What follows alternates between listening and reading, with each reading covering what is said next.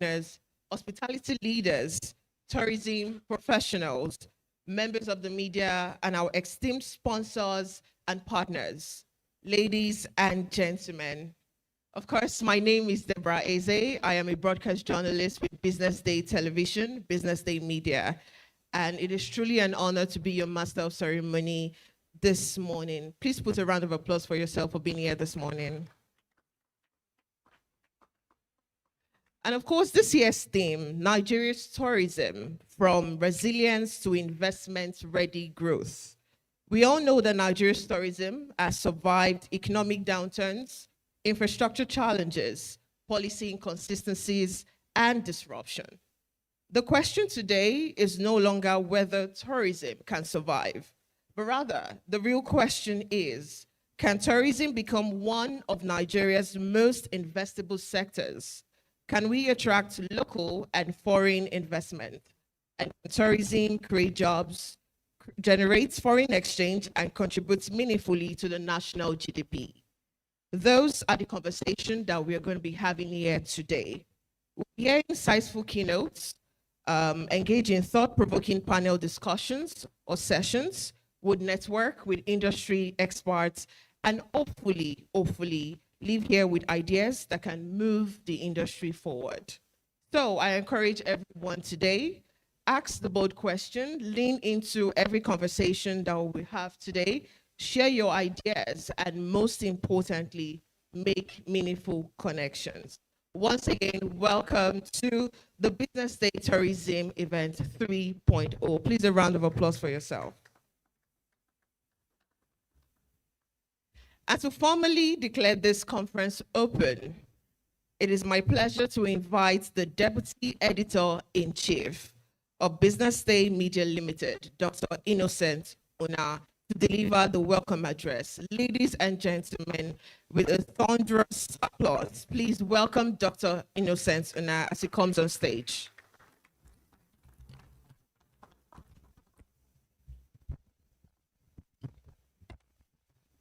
Thank you very much. Ladies and gentlemen, good morning. Before I go on, I want to convey the sincere apologies of the publisher. He is supposed to be delivering this keynote address, but he is not here, unavoidably. But he says I should convey his sincerest apologies. But even though he's not here physically, he's here with us in spirit. Those who know Business Day know how passionate he is about conversations of this nature, about tourism. And on that note, I want to share with you the message that he has. Nigeria stands at an important moment in its economic journey. As the country accelerates efforts to diversify beyond oil, tourism has emerged as one of the most under-leveraged opportunities for driving growth, creating jobs, attracting investment, and strengthening Nigeria's global competitiveness. Across the world, the evidence is compelling. According to the World Travel and Tourism Council, the travel and tourism sector contributed over 10% of global gross domestic product and supported more than 350 million jobs worldwide in 2024. Countries such as Morocco, Kenya, South Africa, Rwanda have demonstrated how deliberate investment, sound policy, and strong destination branding can transform tourism into a significant source of foreign exchange, enterprise development, and inclusive prosperity. Nigeria possesses even greater cultural diversity, creative assets, and natural attractions. The opportunity is not one of potential alone, it is one of execution. For more than 25 years, Business Day Media have championed ideas, policies, and investments that shape Nigeria's economic future. Through trusted journalism, research, and high-impact executive forums, we have consistently created platforms where business leaders, policymakers, and investors engage on issues that matter most to national development. The Business Day Nigeria Tourism Conference was established with that same purpose. It has evolved into a leading platform for advancing tourism as a serious economic and investment agenda, bringing together those with the influence, expertise, and capital to transform ambition into measurable outcomes. The third edition is a call to move beyond conversations about Nigeria's tourism potential and focus on building an industry that attracts investment, creates sustainable livelihoods, empowers communities, and competes confidently on the global stage. The future of Nigeria tourism will not be shaped by aspiration alone. It will be shaped by decisions we make, the partnerships we forge, and the investment we commit today. Business Day invites government investors, development partners, and industry leaders to join this conversation and help build a tourism industry worthy of Nigeria's immense promise. Ladies and gentlemen, those were the words from the charge from our publisher, and I am confident that the conversations today, those of you that hold the conversation, we do justice to that charge. Thank you very much and welcome once more.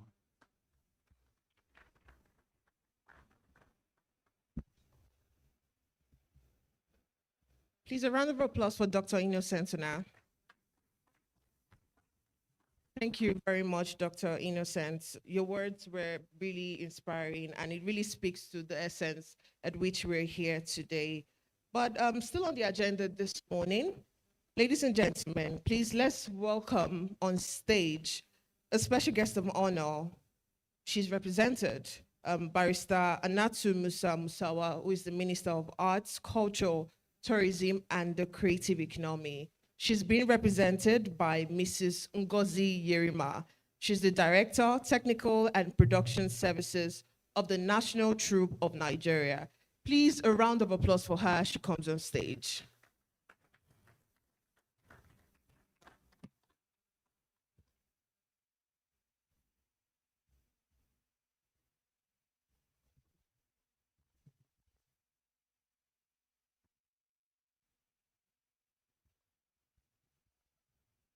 Good morning, distinguished ladies and gentlemen.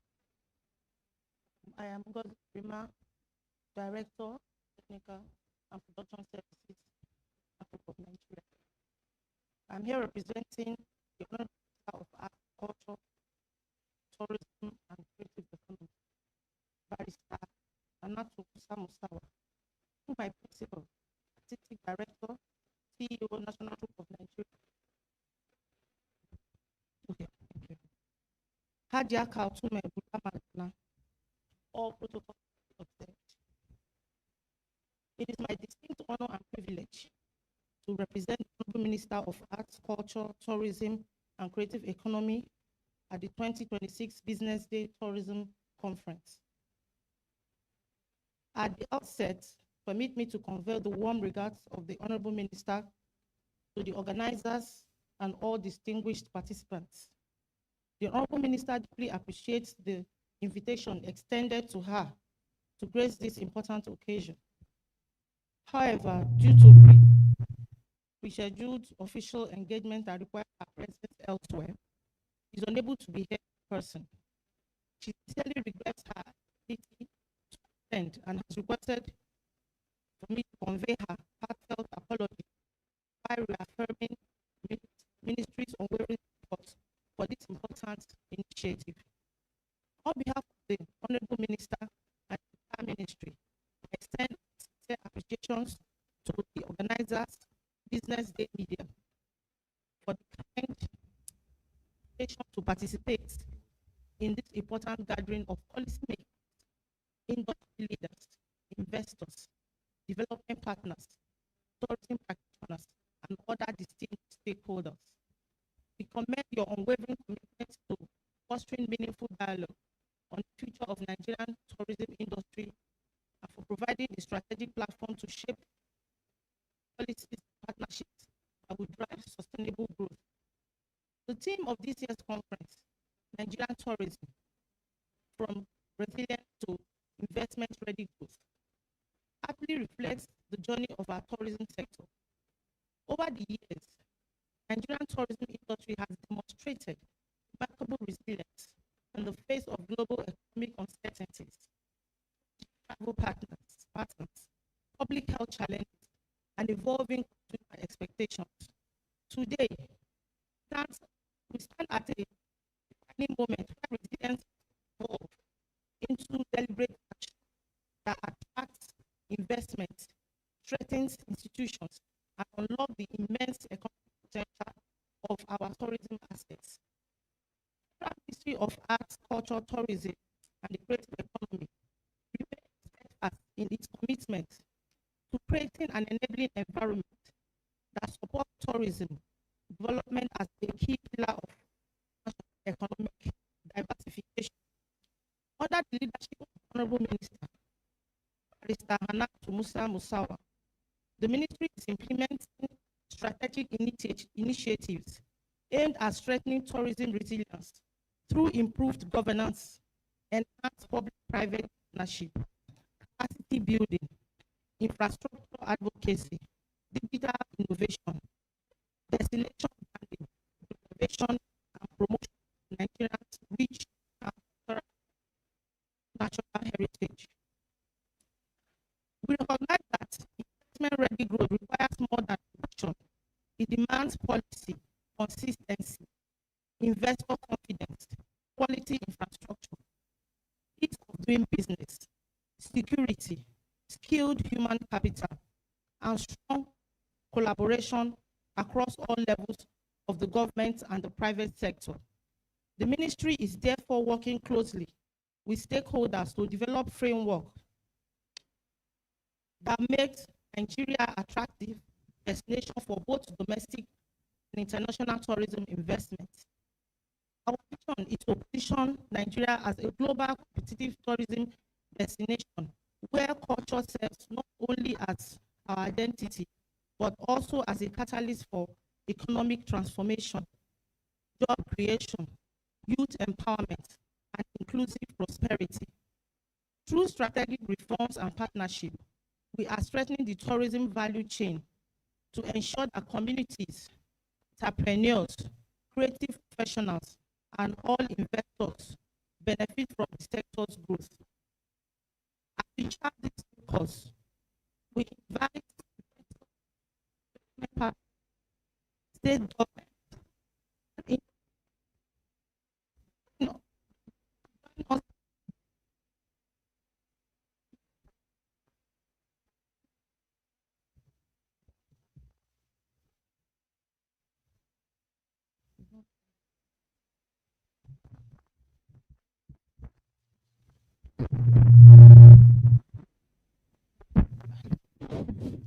and investment operators to join us in building a resilient, innovative, and investment tourism.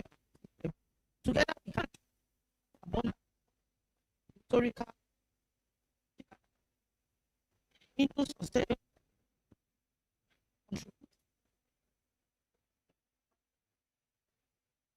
confidence that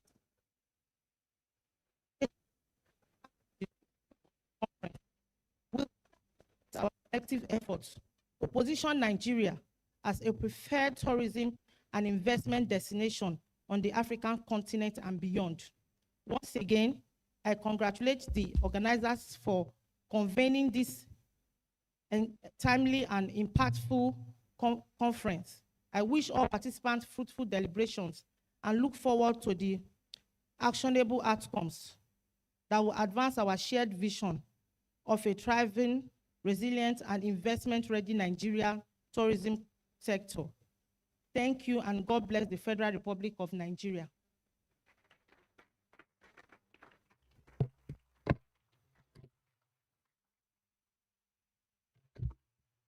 Please, another round of applause for Ngozi Yerima.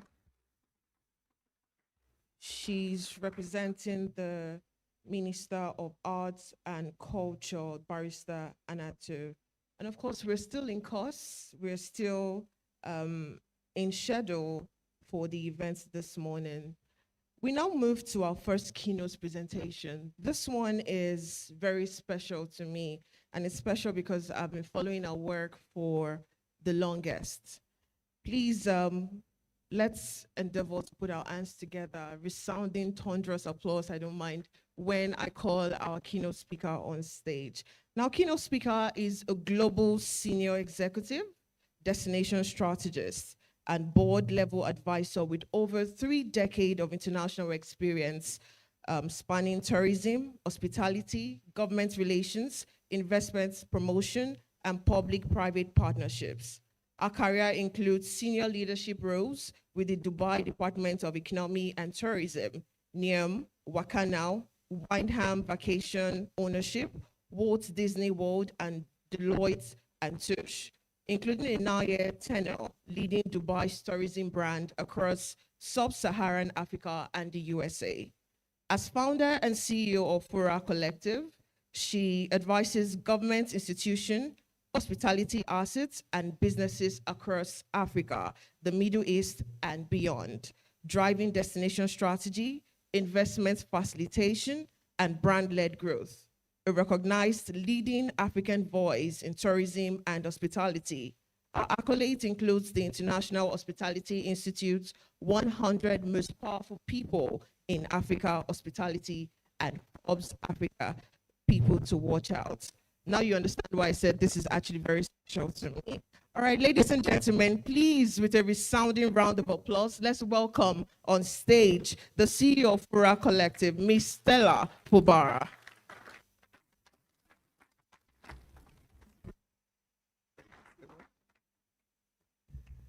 Good morning, ladies and gentlemen, distinguished guests, chairmen, publisher, Business Day. It's an honor to be here again, I think for the second year in a row. But where else should I be if not in the company of those of us who practice in the sector? And it's a very timely discussion. I don't necessarily give keynote speeches. I prefer to dialogue with people, definitely practical. I'm not theory is great. You can take theory and put it into practice. It's wasteful. But the topic for today, which is from resilience to investment-ready growth, is probably very key in Nigeria, given that we're the largest populated African country, and yet that is not reflected in our tourism growth. And I use the word growth specifically because year-over-year growth is very important. And smaller African nations are growing incrementally much faster than we are. In fact, sometimes we're going backwards. So let's figure out together what the challenges are. Next slide, please.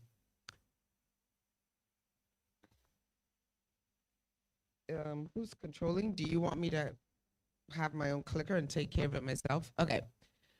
So we all know that Africans, in particular Nigerians, we smile even when the world is falling apart. That is an example of resilience. Petrol is now 1,300 naira.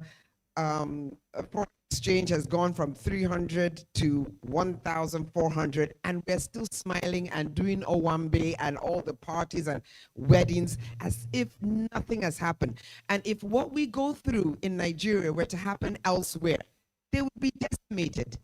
But what does this do to our industry? When our resilience shows up in the way we adapt and we modify, hotels have become energy companies because of their resilience. NEPA is either not working or too expensive. Diesel is too expensive. Solar is too expensive. So what does a hotel become? Managing energy. How do you manage energy? How do you make solar cover only the basics? How do you switch from diesel to NEPA? That's resilience. The same goes, and this is for every sector within the tourism industry. The same goes for the tour operators. If you can't find someone to help you facilitate your tour. You take on activities and responsibilities that you have no business doing. And same for festival organizers. Dirty December has taught us everything. Festival organizers have become travel agents. Festival organizers have become event planners. Where do you get your chairs from? Where do you get your caterers from? Resilience has helped us, but also forced us to adapt. And what does that do to you? It causes you to leave your area of expertise and branch out into areas where you don't really have experience. And that causes you to deliver substandard performance. I'm a firm believer in hire experts to do what they are best at. So when people come to me and say, I'm looking for a contract, my first question is, you're looking for a contract to deliver chairs. How many chairs have you delivered in the last 5 years? I want the experts, but the experts are being forced to branch into other areas just to remain in business and to stay resilient. So resilience is the capacity to absorb all the shocks that happen. A bird hit an airplane. It's now, so you've grounded. So you've got 300 passengers that you need to put somewhere. You're an airline. Is that really your area of expertise? You now have to go and rely on your relationships with the hotels. You now have to find transportation people. You get involved in things that are not your expertise, but we absorb them. But what we need to do in our resilience is to move from adaptation to creating an environment where investors will see that the shocks have been taken care of. So now I have confidence to put my money here. Investors are scared to invest in Nigeria because they never know what is coming next. The government cushions those shocks. A hotel is not looking for electricity. A hotel is not looking for transportation. A tour operator is not looking to make sure that the zoo they are taking their people to is operating. That's where we need to get to. Government really has to step in so that the private sector can thrive. Next. Is tourism growing or taking a back seat? The pandemic happened, but the World Tourism Committee has reported that since then, in 2024, across the world, there were 1.4 billion arrivals. How many of them came to Nigeria? That data is not quite clear. That's why I didn't put it up there, because it's not validated. But let's look at the economics of tourism. 11.7 trillion added to the GDP economy of the world because of tourism. 371 million jobs because of tourism. And where does Nigeria rank? WEF tracks 119 countries based on tourism. Nigeria is 112 out of 119. We're not, and the countries, I didn't want to demoralize us too much, but the countries that are in the top 20, some of them are not the size of Lagos in terms of population. We have a lot of work to do. There's something we're not doing right. And it all has to do with investment. It has to do with true destination planning. A hotel cannot carry your destination. An airline cannot carry your destination. Attractions cannot carry your destination. Events cannot carry your destination. They are all fingers on one hand. Take away the thumb. Let me see how you eat, Gary. So you need them all. And together, when they work in isolation, there's not a smooth growth. So what do we really mean by ready for investment? Capital invests in evidence, which means you get your job promotion when you have shown that you can already do the job. It's like that everywhere. You're not going to hire a cook who has not shown you that they can cook. So, do we have evidence in Nigeria to show that we are ready for capital? I've stayed in, every aspect of tourism, from the airlines, to the hotels, to the tour operators, to the travel agents. We all have room for growth. We're not showing our evidence. I have stayed in hotels that are fighting to be 4, 5-star. And maybe because I'm in the industry, I look for certain things. It might be a towel rack. It might be a luggage carrier where you put your luggage. It might be where you put it. Have we shown the evidence that we are ready for capital? I'm sorry, in the rest of the world, they have money sitting there. In Dubai, every other month, I think every quarter, they have investment readiness sessions. And at each time it's about Africa, there are 100 millionaires in the room just waiting to invest their money in an African project, but they don't see the evidence. You've got airlines that when you board the airline, we're supposed to be a country of hospitality. The African culture, we're so hospitable. We smile, we welcome you, we kneel down, we respect you. But you board an airline, and the flight attendant is standing there. Welcome, where's your boarding pass? Go to the right, seat 3A. And I'm like, if I had a choice, I would get off the plane. That doesn't welcome me. It starts from there.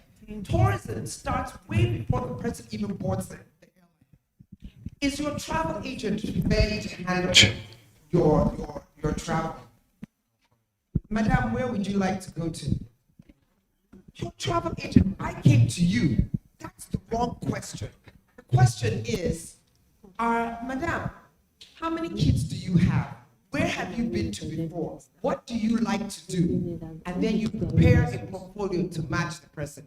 You and unfortunately, people walk into travel because they think it's glamorous, and they want to travel. They don't understand the service part of the business. So what evidence are you showing that I should come and invest in your business? If you're not showing excellence in what you do, I'm not going to give you any money. So capital follows evidence. The next thing is your promises. We've talked about booking, airport, road, hotel, attraction. Who is the broken link in the chain? Yeah. So when I land, I had a great travel agent. They booked me on my flight to Nigeria. They tried to prepare me for travel in Nigeria, and I get to the airport. How do I get to my hotel? Is it smooth? Is it safe?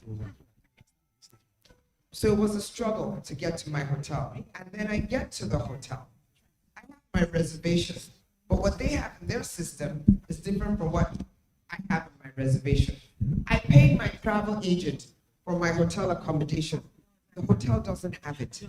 And they're telling me to provide them with proof that I paid for my hotel room. So 2 hours later, after they have gotten proof from the bank that the deposit was made into their account, that's when I get to my room. How pissed am I at that time? I just flew 10 hours to get there. My trip, for whatever, already going down here. You can see how everybody in the link is breaking the promise. When you break the promise, investors will not follow through because they can't see you delivering on what you promised the clientele, and they move elsewhere. And let me tell you something, this is not about luxury. If you go to Bali, they build their hotels in mud thatches, on stilts, and people are rushing there. It's not about having a gold bathroom. Most people, when they go into the tropics and they leave the Western Hemisphere, they are not traveling to Africa or Asian countries for the same thing that they have back home. They're not looking for skyscrapers. And so that's a continued complaint that they have about Africa. In Kenya, there's something called the migration. It is animals, thousands of animals that migrate in a certain way due to the season. Americans pay one person $60,000 US to witness a migration. That is a country that is taking advantage of what is natural to the country and creating an investment out of it. And people are coming and they are living in the bush. When I go to Tanzania, people who are please climb the mountain. There's enough hardship in Nigeria. I'm not going to Tanzania. Climb the mountain. But the Western world, they are. And so Tanzania is taking advantage of that. One of the best hotel experiences or tour experiences in Tanzania, Kenya, Uganda, Rwanda. Come on. It's $800 after your ticket and your accommodation for you to wear boots and walk into the jungle to look at gorillas. It was $800. I don't know how much it is today. 1,500. You can't look at gorilla. I don't get it. But they have made it an excellent tour. And so people are investing in it. Nigeria, we have not done that yet. What is native to our culture and our environment in Nigeria that we have taken to the rest of the world? It's not about Dirty December concert at Davido and Tiwa Savage. Afrobeat is native to us, but in what environment are we pushing it? And is the rest of the ecosystem supporting it? The first time Dirty December started, it garnered rave reviews. But slowly, as the years have progressed, last year in particular, the reviews about Dirty December were bad, to the point that those foreigners that were coming here have already put the word out, don't go there anymore. Who else does a major event in December? Ghana. Are you hearing anything negative about the Ghana, what is it called? Something Chala. Something, yes. People are still, the whole of America is planning their trip to Ghana. They want to avoid Lagos this 30 December. Because to get from the airport to the island, hours. I want to live where I can get to the airport in 30 minutes or less. Unfortunately, it's beyond the private sector's control. That's the public sector. To create the infrastructure that supports you all, that the investments will come. You guys, unfortunately, you have to bandy as one to your governments so that they will support you. And leading into promotion is not enough. You guys are promoting Dirty December. But are you going to break your promise when they get here? Hotel room is supposed to be $250. But in December, how much is it? Last year, you guys broke the records. But here's the sad part. You upped your prices by 2,000%. What about your services? What about the promises? They didn't follow the money. This is where Dubai has it. If you go to Dubai and you pay $300 for a room, my God, you'll be treated like a king or queen. Is that what happens here? If you want to charge mucho dinero for your services, give the value that supports it. Just don't keep raising the prices. People will move. There is a breaking point. The straw that broke the camel's back. What was that $1 increment that dropped your occupancy, dropped your services because your value didn't follow the money? You can treat people like idiots for only so long, and one day they get wise, or your competitor does something different, and they move from you. Look at the Middle East. They didn't call for war. they were minding their business. US decided to do war. And who took the brunt? Dubai occupancy dropped to single digits and hasn't really recovered. They're in the low double digits now, 20-something% thereof. But it's a struggle. So even in that environment, investors are just waiting for Dubai to settle back down so that they can come back. And who is creating that readiness?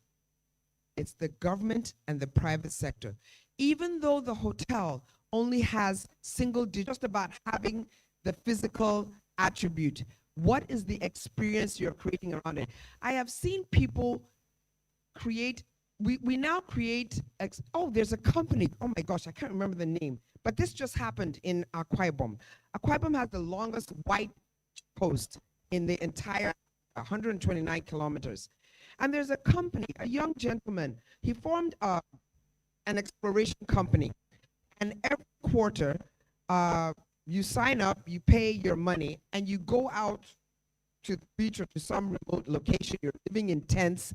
He has learned how to create an experience from somewhere that people have never even been to. And I asked them for pictures and videos of their last trip, because this was the first time I heard about it.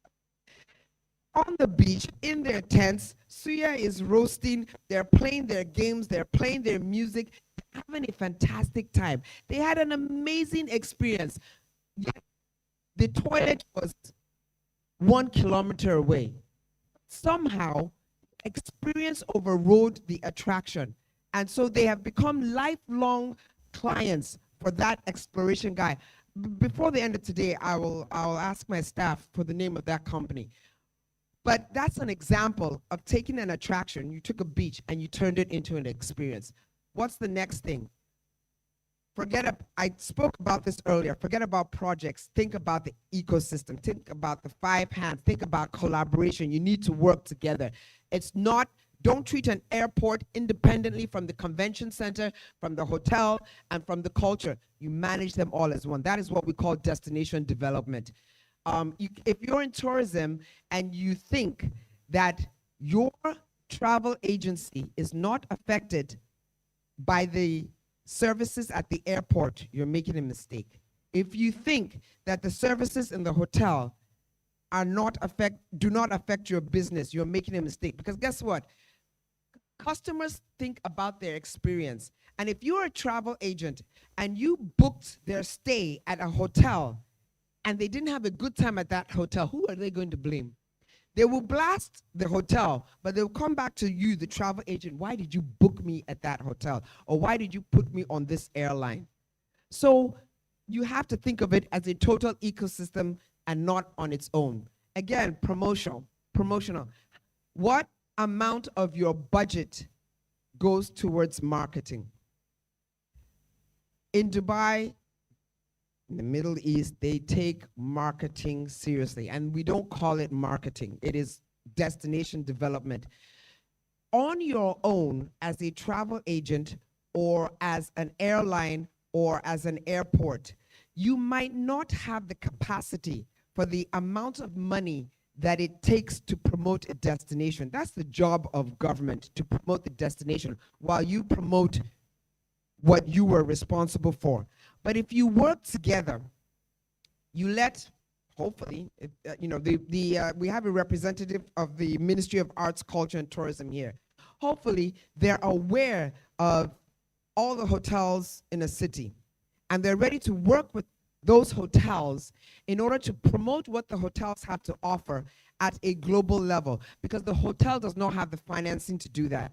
But again, is your product ready for their promotion?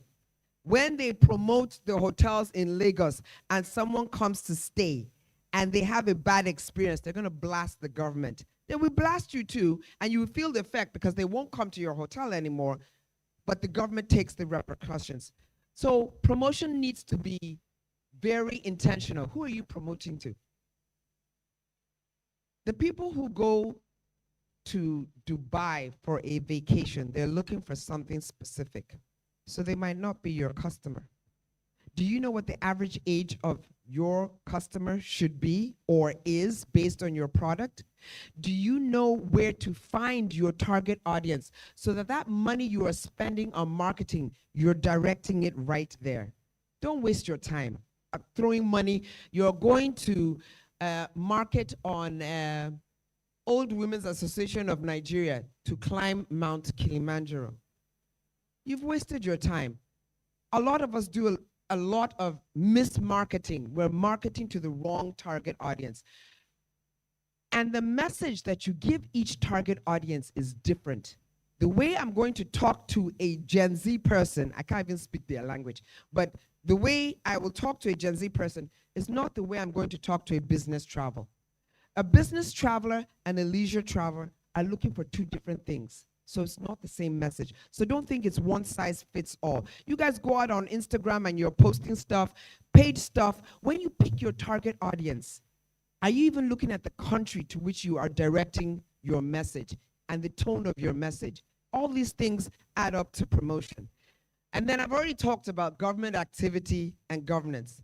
The public sector will enable you, the private sector will operate, and the communities all have their roles. In Nigeria, public sector government, they want to own hotels and run the hotels. It's okay for them to be owners, but when it comes to operating, can you please go to the private sector and find people who are knowledgeable and experts in operating hotels instead of assigning a something secretary, what are the permanent secretary from the Ministry of XYZ to come and run the hotel. I have since left Dubai in the last 24 months or so, and I'm doing a project in Akwa Ibom because the governor of Akwa Ibom, he comes from the hospitality background, and he said to me, we have a lot of tourism and hospitality assets, and I need the professionals in the private sector to come and run them. Government is not going to run these hotels. In the last 7 months, I've been pulling in companies from all over the world to come into Akwa Ibom and come and take over the operation of the assets. And the governor is signing off on everyone. That is how government enables the private sector, realizing that you need these people. I mean, at one point we were talking to over 50 general managers because we've got four hotel assets there that are all 4-star and above, and we want the best to come in there and run them with no interference. That's how government enables. They've created the asset and they've given it to the private sector to run. And then your visitor numbers and your value creation. I've talked about value creation this morning already. You get that one-time visitor. Did you do enough value creation to make sure that that visitor comes back or that visitor tells another person? Most of us, when we want to go to a city, we will ask our friends, have you been to India before? Where did you stay? Did you like it? And it is based on that recommendation that we go stay. And how long we stay. There's Burj Al Arab Hotel in Dubai. I'll never forget this. This was back in, before COVID.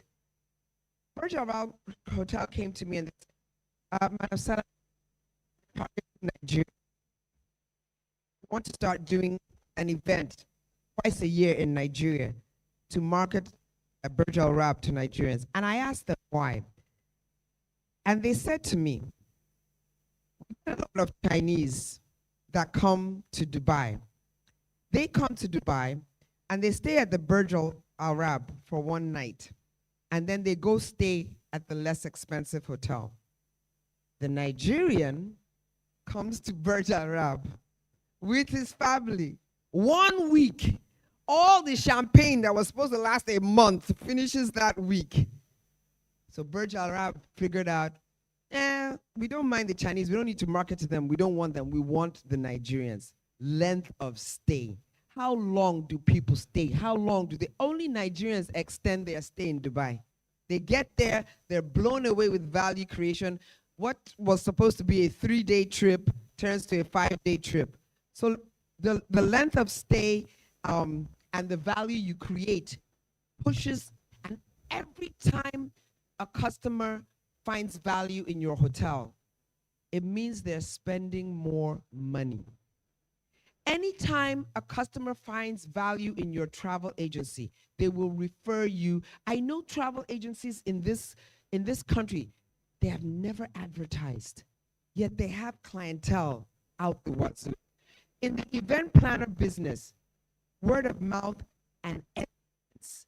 You go to an event, you like what you see, you're going to ask who's the event planner. Evidence, traction. So this ecosystem, my hand that has thumb, pinky, and all the red index finger, to see it in action means that airport connectivity, your event, your hotels, your conventions, and your leisure are all working together. Guys, you're fighting an uphill battle. If you don't know, the hotel across the street is your friend, and you're a hotel. You're fighting a hard battle if you don't know that travel agency A should be friends and collaborating with travel agency B. It all has to work in sync. And that, again, is the beauty of the Middle East. The hotel does not feel superior to the airport because guess what? Dubai built itself as an international hub and then started incorporating overnight stays. Emirates Airlines does not own a hotel. So those overnight stays, they're partnering with hotels to do them. JW Marriott Marquis cornered the market. They have 1,600 hotel rooms. Every overnight guest at Emirates Airlines is filling that room. Now, it might be at a discounted rate or at the cost of the airline, but if the hotel creates a wonderful experience for that guest on that first overnight stay, what happens? They'll return on their own. So again, value is really important. Okay. Next slide, please.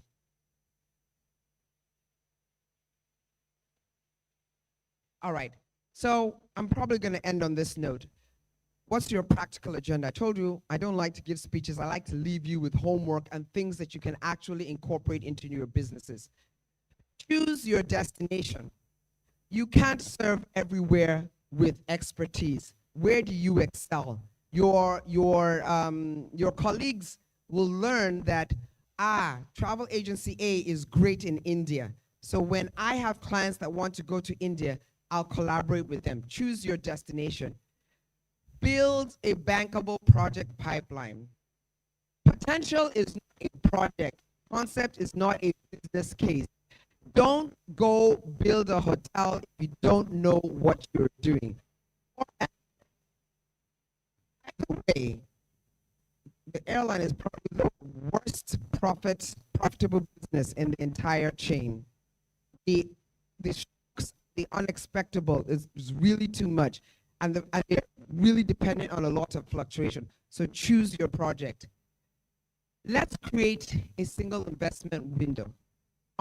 That will be led or anchored by the government. The government needs to have policies and confidence in the judiciary system that if I come to do business in your country and I have a dispute with you, that it will be settled amicably. And that might mean maybe not in your country.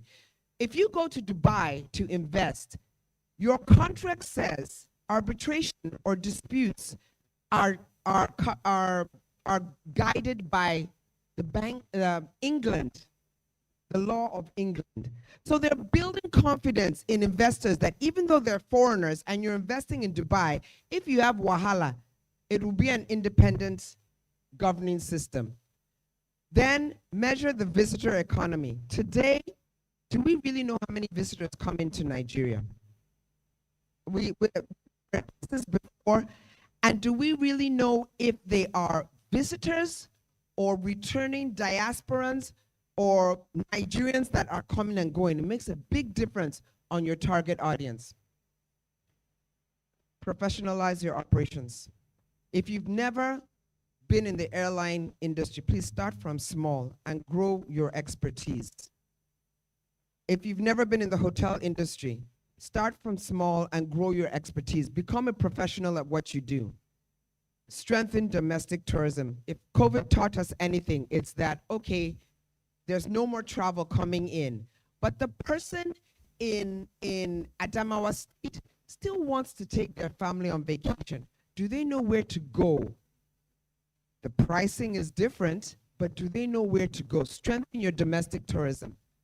And then finally, embed local enterprise from day one. Your local community can make or break your business.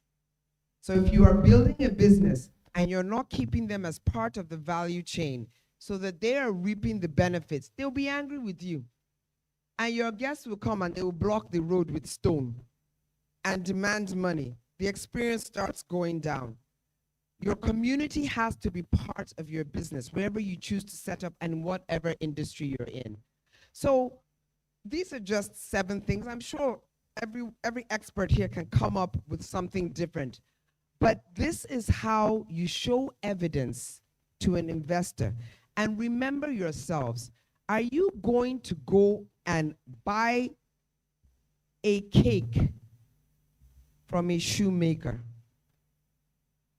The investors have to know that you're experts at what you do so that they will buy your product from you. We are not investment ready. The one thing I ask people when they come to me and they're looking for a job, I ask them, what did you go to school for? 99% of the time, the job they are looking at, a chemical engineer is asking me for a job in tourism. How far? I know we are resilient and we hop to where we can make money. But that, I'm at my level. I hire people who will do my job better than me. People who will make me look good. And so when you're hopping from place to place, you yourself, you're not investment ready. I'm not ready to invest in you. And so I end up asking them, tell me your passion. What is your passion? What is it that you really want to do? Forget about what you went to school for. Because resilience follows passion. Whatever you are passionate about, you will never stop. The knocks, the blows, the economy will change. But because you have the passion for it, you are now bona fide investment ready. So as individuals in your businesses, as companies, is your company investment ready? Will I come there and I like what I see and I love the service? And you might be a small growing mushroom company, but have you shown all those signs so that I will say, I might lose money, but I believe this person because of the passion they have and the excellence they're already showing at such a little level. That's how a country, an individual company becomes investment ready. So I hope you take a few of these things, put them into yourself, put them into your companies, and you will be the sample for investors to come into Nigeria. Thank you so much.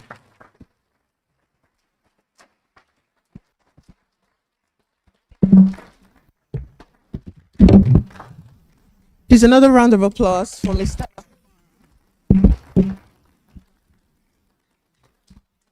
One thing that stood out for me was when she said tourism is no longer about, beautiful destinations, the monkey joke that made all of us laugh. It's about building experiences that people are ready to invest in. Please, once again, a round of applause for her. Before we move on with the agenda, I would like to invite on stage for a quick photograph the person of Mrs. Ngozi Yerima, the Director, Technical and Production Services of the National Troupe of Nigeria. Please, a round of applause for her. And also Princess Adebokpo Oyeko Ismailia. She's the Permanent Secretary, Lagos State Ministry of Tourism. Please a round of applause as she comes. So Stella Fubara, the CEO of Fura Collective. Please a round of applause. Can we also have Paul Kavanagh, the General Manager at the Wheat Baker Hotel, as he comes on stage? And also the Deputy Editor-in-Chief, BusinessDay Media Limited, Dr. Innocent Una. Please, a round of applause for him. And the person of Martin, General Manager, Sheraton Lagos Hotel. And also Femi Oluwafemi is the Head Sales Aero Contractors Company. Please be on stage. And Utibe Basi, the General Manager, Business Development and Strategy at Stone. For a quick photograph, please.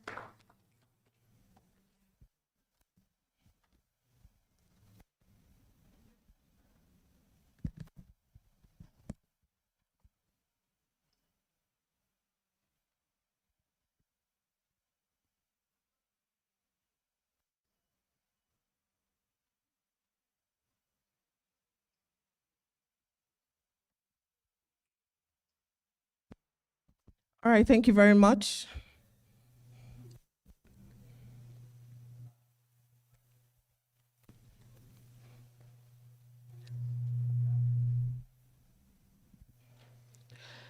So moving on, I would like to acknowledge the presence of Prince, formally acknowledged upstage a minute.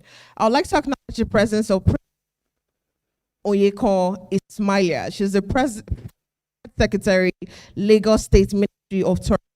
She's representing the Special Advisor to the Lagos State Governor on Tourism, Arts and Culture. Please a round of applause for her as she comes on stage to deliver a goodwill message.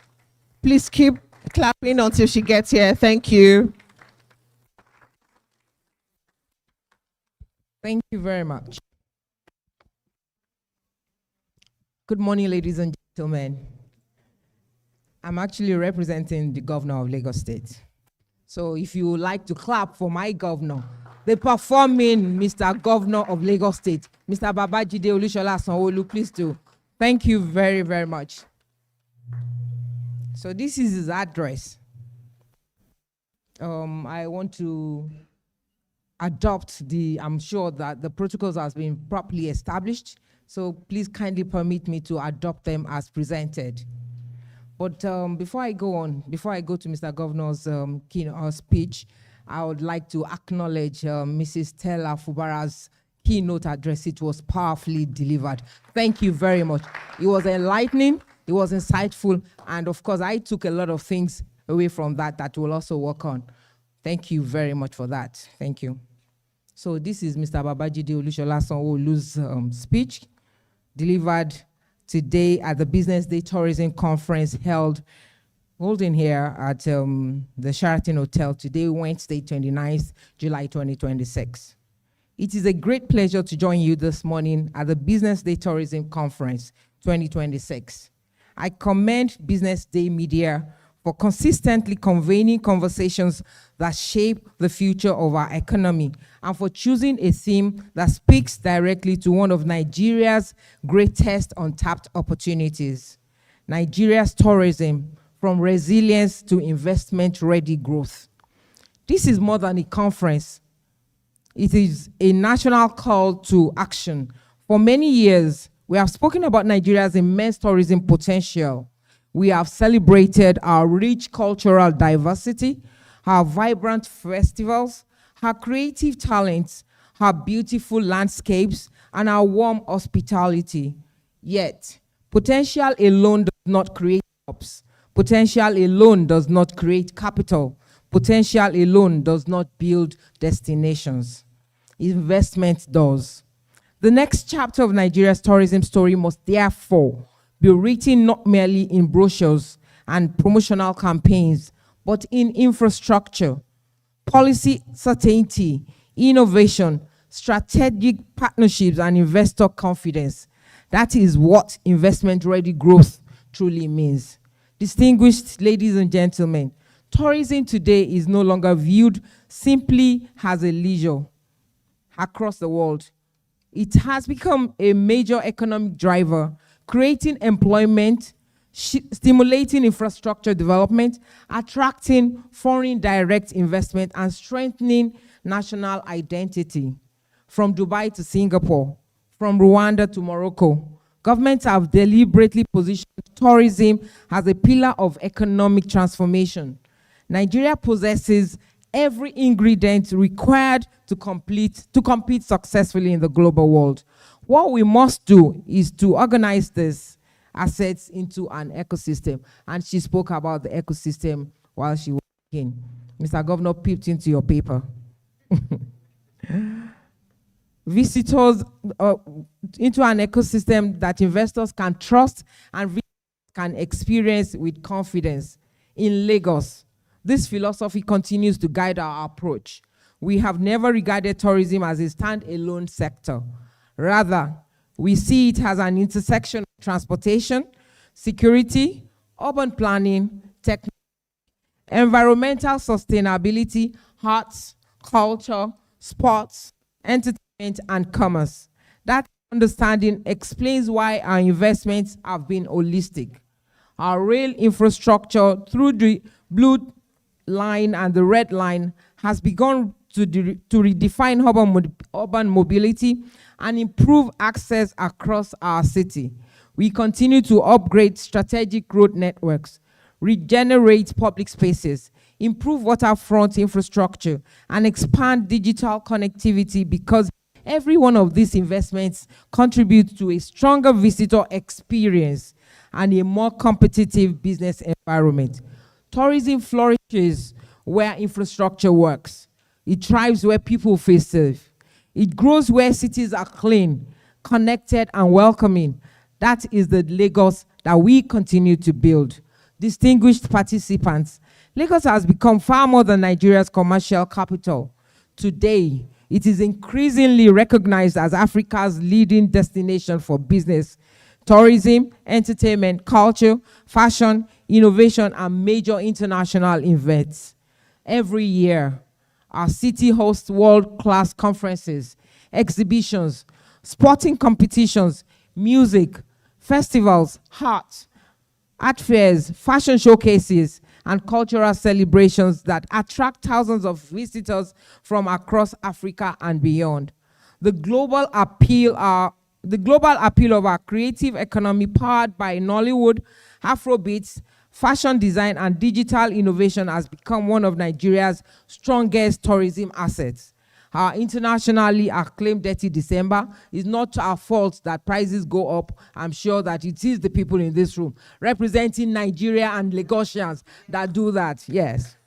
So our internationally acclaimed Dirty December season has evolved into a remarkable economic phenomenon, drawing members of the Nigerian diaspora and international visitors who contribute significantly to hospitality, transportation, retail, entertainment, and the wider service economy. These are not isolated successes. They demonstrate what becomes possible when government provides an enabling environment and the private sector responds with creativity, enterprise, and investment. Ladies and gentlemen, the future of tourism belongs to destinations that understand collaboration. Government cannot build a globally competitive tourism industry alone. The private sector cannot succeed without supportive public policy. Financial institutions cannot invest where the regulatory environment lacks certainty. Development partners cannot sustain initiatives without local ownership. Success, therefore, lies in partnerships. As governments, our responsibility is to provide enabling policies, modern infrastructure, effective regulation, security, and institutional stability. The responsibility of the private sector is to innovate, invest, build quality experiences, and maintain international standards. Together, we create destinations that are competitive, sustainable, and profitable. This is the partnership model that has consistently gained that has consistently guided our administration under the Themes Plus development agenda. Our vision extends beyond attracting more visitors. We are committed to building an ecosystem where tourism stimulates entrepreneurship, empowers young people, supports women-owned businesses, preserves our cultural heritage, vitalizes waterfront communities, and contributes meaningfully to economic inclusion. That is the kind of tourism that creates lasting prosperity. Africa is increasingly becoming a frontier, and Nigeria is positioned to lead transformation. With our population, entrepreneurial energy, cultural influence, and creative strength, we have all the ingredients to build a tourism economy that is globally competitive and locally transformative. Lagos, as Nigeria's economic gateway, has a special responsibility in that journey. We will continue to lead by example, building the infrastructure, strengthening the investment climate, supporting enterprise and creativity, and creating the conditions in which tourism can thrive as a serious engine of economic growth. But the opportunity before us is bigger than any single state or institution. It calls for a national tourism ecosystem in which national investors, communities, and development partners work with a shared sense of purpose. It is a collective responsibility. We must move decisively from celebrating our potential to investing in it, from attracting visitors to creating value, and from isolated successes to an industry capable of generating jobs, attracting capital, and delivering prosperity at scale. That is the Nigeria we should build, a country where our culture is an economic asset. Our destinations are investment ready. Our cities are welcoming, and our tourism industry creates opportunities for millions of people. I congratulate BusinessDay once again for providing this opportunity and important platform for national reflection and action. I wish you all fruitful deliberations and, more importantly, partnerships and decisions that will move Nigeria's tourism industry forward. Thank you, and God bless Lagos State. God bless the Federal Republic of Nigeria. Signed, Mr. Babajide Olusola Sanwo-Olu, Governor of Lagos State, today, 29th July 2026. Thank you all very much for listening, and God bless you. Thank you. Please, another round of applause for her. I must say, amazing goodwill message from Princess Adeboko Oyeko Ismailia. She's a permanent secretary, Lagos State Ministry of Tourism. And of course, I'm sure this is the part we are all waiting for. We are set to get the ball rolling. We are moving to our first panel discussion this morning. And the theme of this session is From Destination to Assets Class: What makes tourism investable? And I'm sure for those of us that were here for the keynote address, we heard a tiny bit from Ms. Stella Fubara. Now you're about to have like a robust conversation on what makes tourism investable. And of course, I'll be calling in no particular order. I'll be making welcome the first person on this panel this morning, and the person of Victor Afonime Oposin is the CEO Travelux. Please put your hands together for Victor as he comes on stage. And also on this panel session, the person of Femi Oluwafemi is the head of sales, Aero Contractors Company of Nigeria Limited. Please, a round of applause as they come on stage. Are we tired? Please, let's give them a round of applause. Welcome them. Still on this panel, we have the person of Sunday Michael. He is the special advisor to the governor on Obudu Ranch Resorts, Cross River State. Please, a round of applause for him as he comes on stage.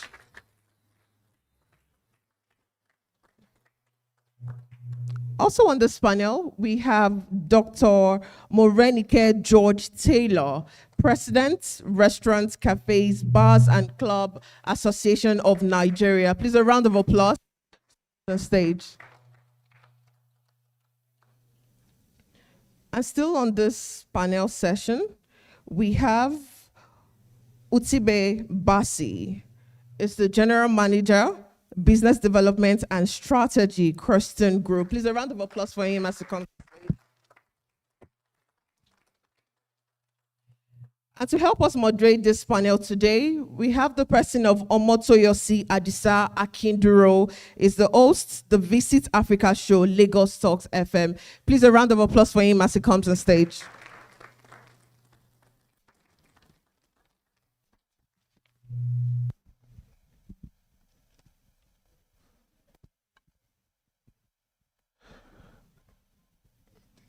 Good morning, everybody. I trust that you're doing very good. My name, as earlier stated, is Omotoyosi Adisa Akinduro, and of course, I am popularly called Adisa the Enigma on Lagos Talks 91.3 FM. We run the only Africa-oriented tourism show. And because if you see, like you see me, I'm always fully greeted in my African regalia, and I believe in Africa. And I always say to myself, I don't know why exactly Africans wouldn't choose Africa first before going for holidays anywhere. But of course, it's good to be here. And of course, everyone on the panel session, it's so good to have you around once again. And I have with me here some of my team members, Mr. Oluwafemi Okwe, and of course, Ria with me here together. A round of applause for all of us once again. So I don't know, quickly before we get into the panel session, how many of us know about some quick African facts that as of 2020, which was last year, Africa led global tourism with in 2025 by welcoming a whopping 81 million guests. A round of applause for Africa. International visitors alone was 81 million. And of course, Africa posted the strongest regional growth numbers worldwide in 2025. Once again, a round of applause for Africa. I was almost going to start singing Africa. Oh, but I'll get into it already. And I'll start with Victor Afonime Okusin from Travelux. And I would ask, from Travel's experience in the travel industry, what distinguishes a destination that attracts tourists from one that attracts a long-term investment? Victor? Okay. All right. Thank you very much for this opportunity. I want to say thank you to every other person who is out here as well. So, the distinguishing factor comprises of different entities. We have the people, right? So first off, we have the visitors. We all know that on an annual basis, we have the people we call the I just got back, right? The IJGB people, yeah. So these are number one factor. And these guys have been able to enable us see the beauty and the richness of our culture and Nigeria in its ground alone. We also have, despite the fact that we have some challenges with certain infrastructures, it amazes me that we still have that room to entertain a lot of these persons. We have that economic ecosystem to accommodate the process of tourism. We have places like the conservation center that is always visited on an annual basis. Those seasonal, we have places like the Ikobosi. Those seasonal, but it is still thriving. We have resorts, a lot of the resort centers that are still thriving, and without the visitors, both foreigners, both locals, we have without these certain entities around us, I don't think we'll be thriving in Nigeria. Thank you very much, Victor. And I think one of the things that also distinguishes destination, majorly that we don't talk about, might also be story about the destination. That's right. Every time we do a panel, we do a session on my show where we get to talk about very weird stories about Africa. Some people might not have heard about. There are things that will shock you in Ghana. For example, they call it the Frafra wedding wife kidnapping. Yes, there's the Bonyasi also in Lesotho that helps for, you might not want to say the details, but the story about the place you're going to also distinguishes it. But let me come to Femi Oluwafemi from Aero Contractors, is the head of sales. Air connectivity, right, is often the backbone of a successful tourism economy. And from Aero Contractors' perspective, how does aviation influence the investment attractiveness of a tourism destination? And also, if I may add, with the new policies that in the aviation industry, will you say there is a huge transformation? Thank you very much. It's a huge opportunity to be here. And of course, the keynote speaker, representative of the governor, they've also laid a very firm foundation. I'm not sure outside of those two papers, there's much more to add because it actually has covered a lot. Now, aviation is very key to tourism because before people even start visiting any location, there needs to be connectivity. There needs to be an airline that opens up that place for visitors. But there's a lot that goes within to be able to make that happen. First, of course, there must be aircraft availability, but beyond that is how many people are ready to visit this location. We got invitations from governors who want maybe to create a flight for their states. And the first question you want to know is data available from the local airports about who is flying to those locations. What are the numbers that the airline that wants to fly to those locations likely to experience? And are these economically viable locations to even visit?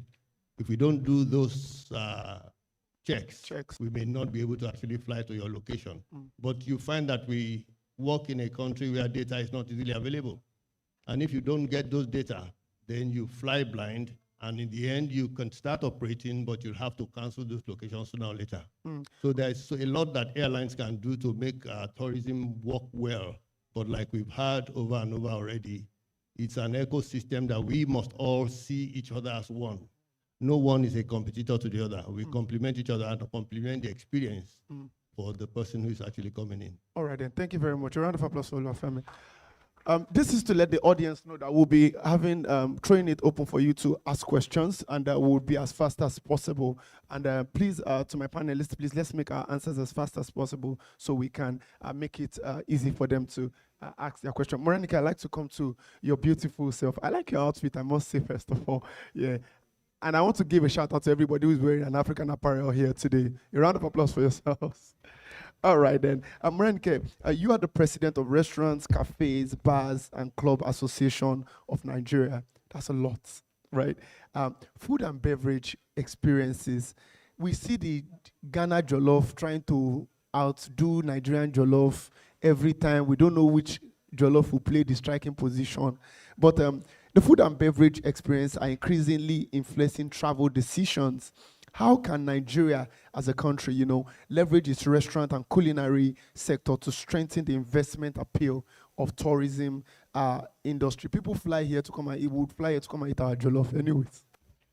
So thank you so much. I want to thank everyone for the opportunity to be here. I want to stand on existing protocols and thank everybody that's a member of this panel. It's truly an honor to be sitting in this room. I am someone that has always advocated for investments in the hospitality sector in Nigeria. It is a highly profitable sector. There is what we call the business of food, right? There's also the enjoyment, your proposals, your birthdays, but there is a business of food where we look at profit margins, we look at, have you noticed a lot of restaurants now are creating meals from locally sourced ingredients? So you have Zobo ice cream and all sorts of creative things that you would really enjoy. When you go to magnificent hotels now, you actually can get Zobo many times at your breakfast buffet, or akara, moi moi, or one of my favorites, ewa going actually, you know? And it actually sends a point home that there is an interest in Nigerian food, and people are willing to pay a premium for well-presented food that is well served with excellent service. So what I would say is that if we want to leverage investment in the hospitality sector, we need some serious support. I'm going to point out to something that a keynote speaker said, that is Ms. Fubara. She said that if you think that the fact that the airport is not good does not affect your business, you're mistaken. So in as much as we as restaurants, we're retraining our staff, we're entering into partnerships, you hear we're with UNDP, we're working with Taliban, yes. But we need the support of the government, intentional support, not just, she mentioned the other time, she said, oh, please, if the government is ready, are you ready? Please, restaurants, we are ready. We represent the fine dining restaurants, luxury members clubs, private dining. We have invested millions in just one outlet. It's not a joke for us. So we are 100% on board with any program that would allow us enhance this sector. So what we need is support. Thank you. A round of applause for her. Morenica says, we are ready. If anybody is not ready, we are at you ready. All right then. Utibe is the general manager of business development and strategy at Crockstone Group. You guys are developing Nautica, right?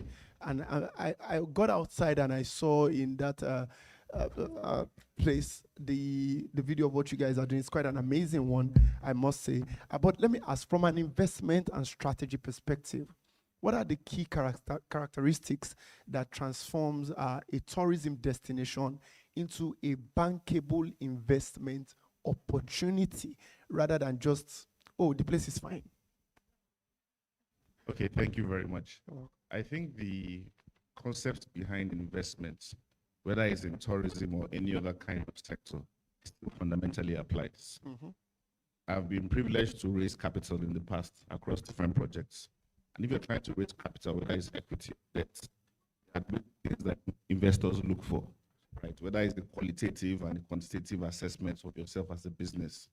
Sometimes some practitioners within the tourism industry do not prioritize those key ingredients for success. Whether it's corporate governance, like she said, like the speaker said, if you're building a hotel, get the private sector to run the hotel, right, for you. So whether it's the quality of the management team, whether it's the corporate governance structures, whether it's your internal control systems, your policies, data. Some of us do not take out time to do feasibility studies, to have proper research, do business plans, do financial models. I always say one thing, if it does not work on paper, it will not work in real life. So before you go into any business, I'm asking yourself, have you done a business plan? Have you done, like she said, a market analysis to say, like you explained the aero example, some states are saying, come to my state and fly. Is it profitable to fly from your state or go to the closest states to fly from? So some of those key ingredients that make business successful and make your business to be investor ready, we have to also apply them as a business. Do you have a board? Do you have board meetings? Is there strategic leadership? So I say, just like our organization is in the same vein, you have to ensure that to make your business investor ready, whether for the start or whether you want to exit at some point, those key ingredients that show your business worthy, it's important to put into place. We see instances where companies are using international financing, whether it's especially in the fintech space. How many international financing funds are coming into the hospitality and the tourism space? Maybe some, but maybe not as much.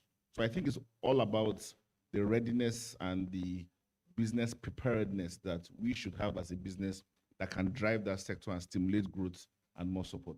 Please, a round of applause for him. So I'll come back to you, Victor. Digital platforms, you can see them everywhere now, and they're playing a role. They've really transformed our travelers' discover and book experience. You know, I'm on radio, for example. people still reach out to me. Oh, you do the African travel show. Which African country? Because I'm never going to point you to any abroad country. Never. If you talk to me, I will either tell you to go to Lesotho or Mozambique, or you come to Nigeria. So like I said, digital platforms have transformed how travelers discover and book experiences. How can technology improve the visibility, profitability, and investment appeal of Nigeria's tourism destinations? There is already visibility. Absolutely. All right. The social media has done everything. All right. Without the social media, I'm sure that 80 to 90%, both the old, the mid-age, wouldn't know certain tourist destinations in Nigeria. Absolutely. I can bet you that a lot of us, especially those that were born in Lagos, haven't even crossed Lagos to Ogun State. They haven't crossed to Enugu. So I was opportune to see the waterfalls in Enugu. I haven't been there, but social media did help me to see that. And I was opportune to see, I think there is also a tourist center in Ekiti State, right? You see, Ikogosi. That's Ikogosi. You see, all of these places, there is a kid, I'm sorry, I shouldn't call him a kid, I'm sorry. There's a young man that takes his time, I can't remember his name, he goes around every state, showing or making every tourist attraction site visible. He gets into the interlands, all these villages, communities, showing the beauty and the culture of Nigeria. And this guy went as far as Jos. I'm like, what are you doing in this place? You see, profitability in the sense that this little clips on social media have helped reform the minds of people seeing the beauty of what they are missing. In fact, what we are missing. I think I would love to encourage a lot of us to, maybe it doesn't have to be the UK every year. It doesn't have to be Australia. Take out time and go to other states. In as much as we're struggling with security, right? Because that's a very huge factor. I'll be very honest, that's a huge factor.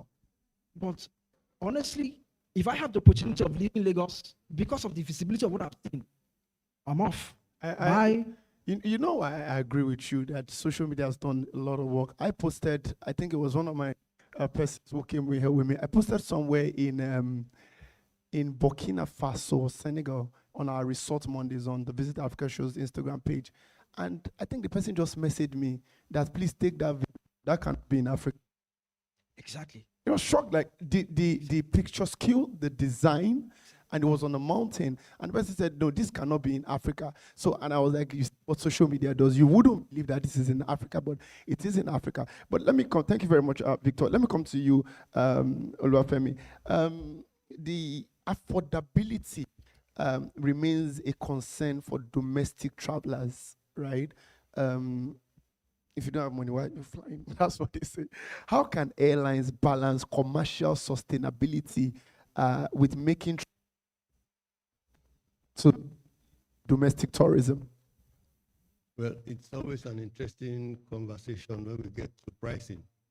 But I'm sure that nobody exists to run his customers out of circulation. Absolutely. The airlines are already balancing affordability.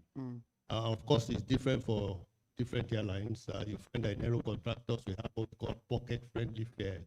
Okay. And so our prices are almost always as close to days as they should be.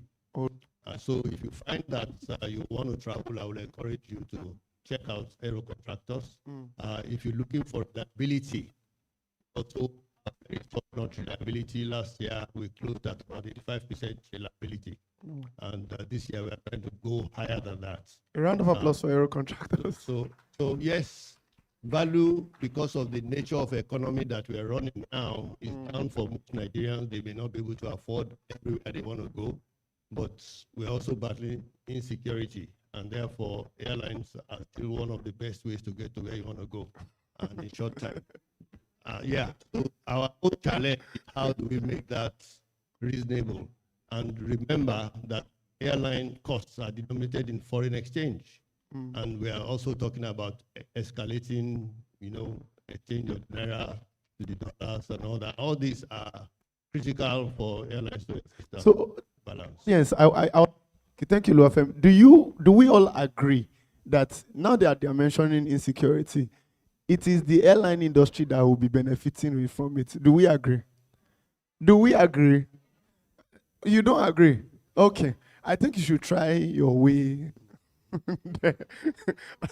Oh, you go by road. Okay, it's fine. All right, Morenica, let me come to you quickly, so that we don't take our time, because we'll have to take questions quickly. And Nigeria's culinary diversity is one of its greatest assets, right?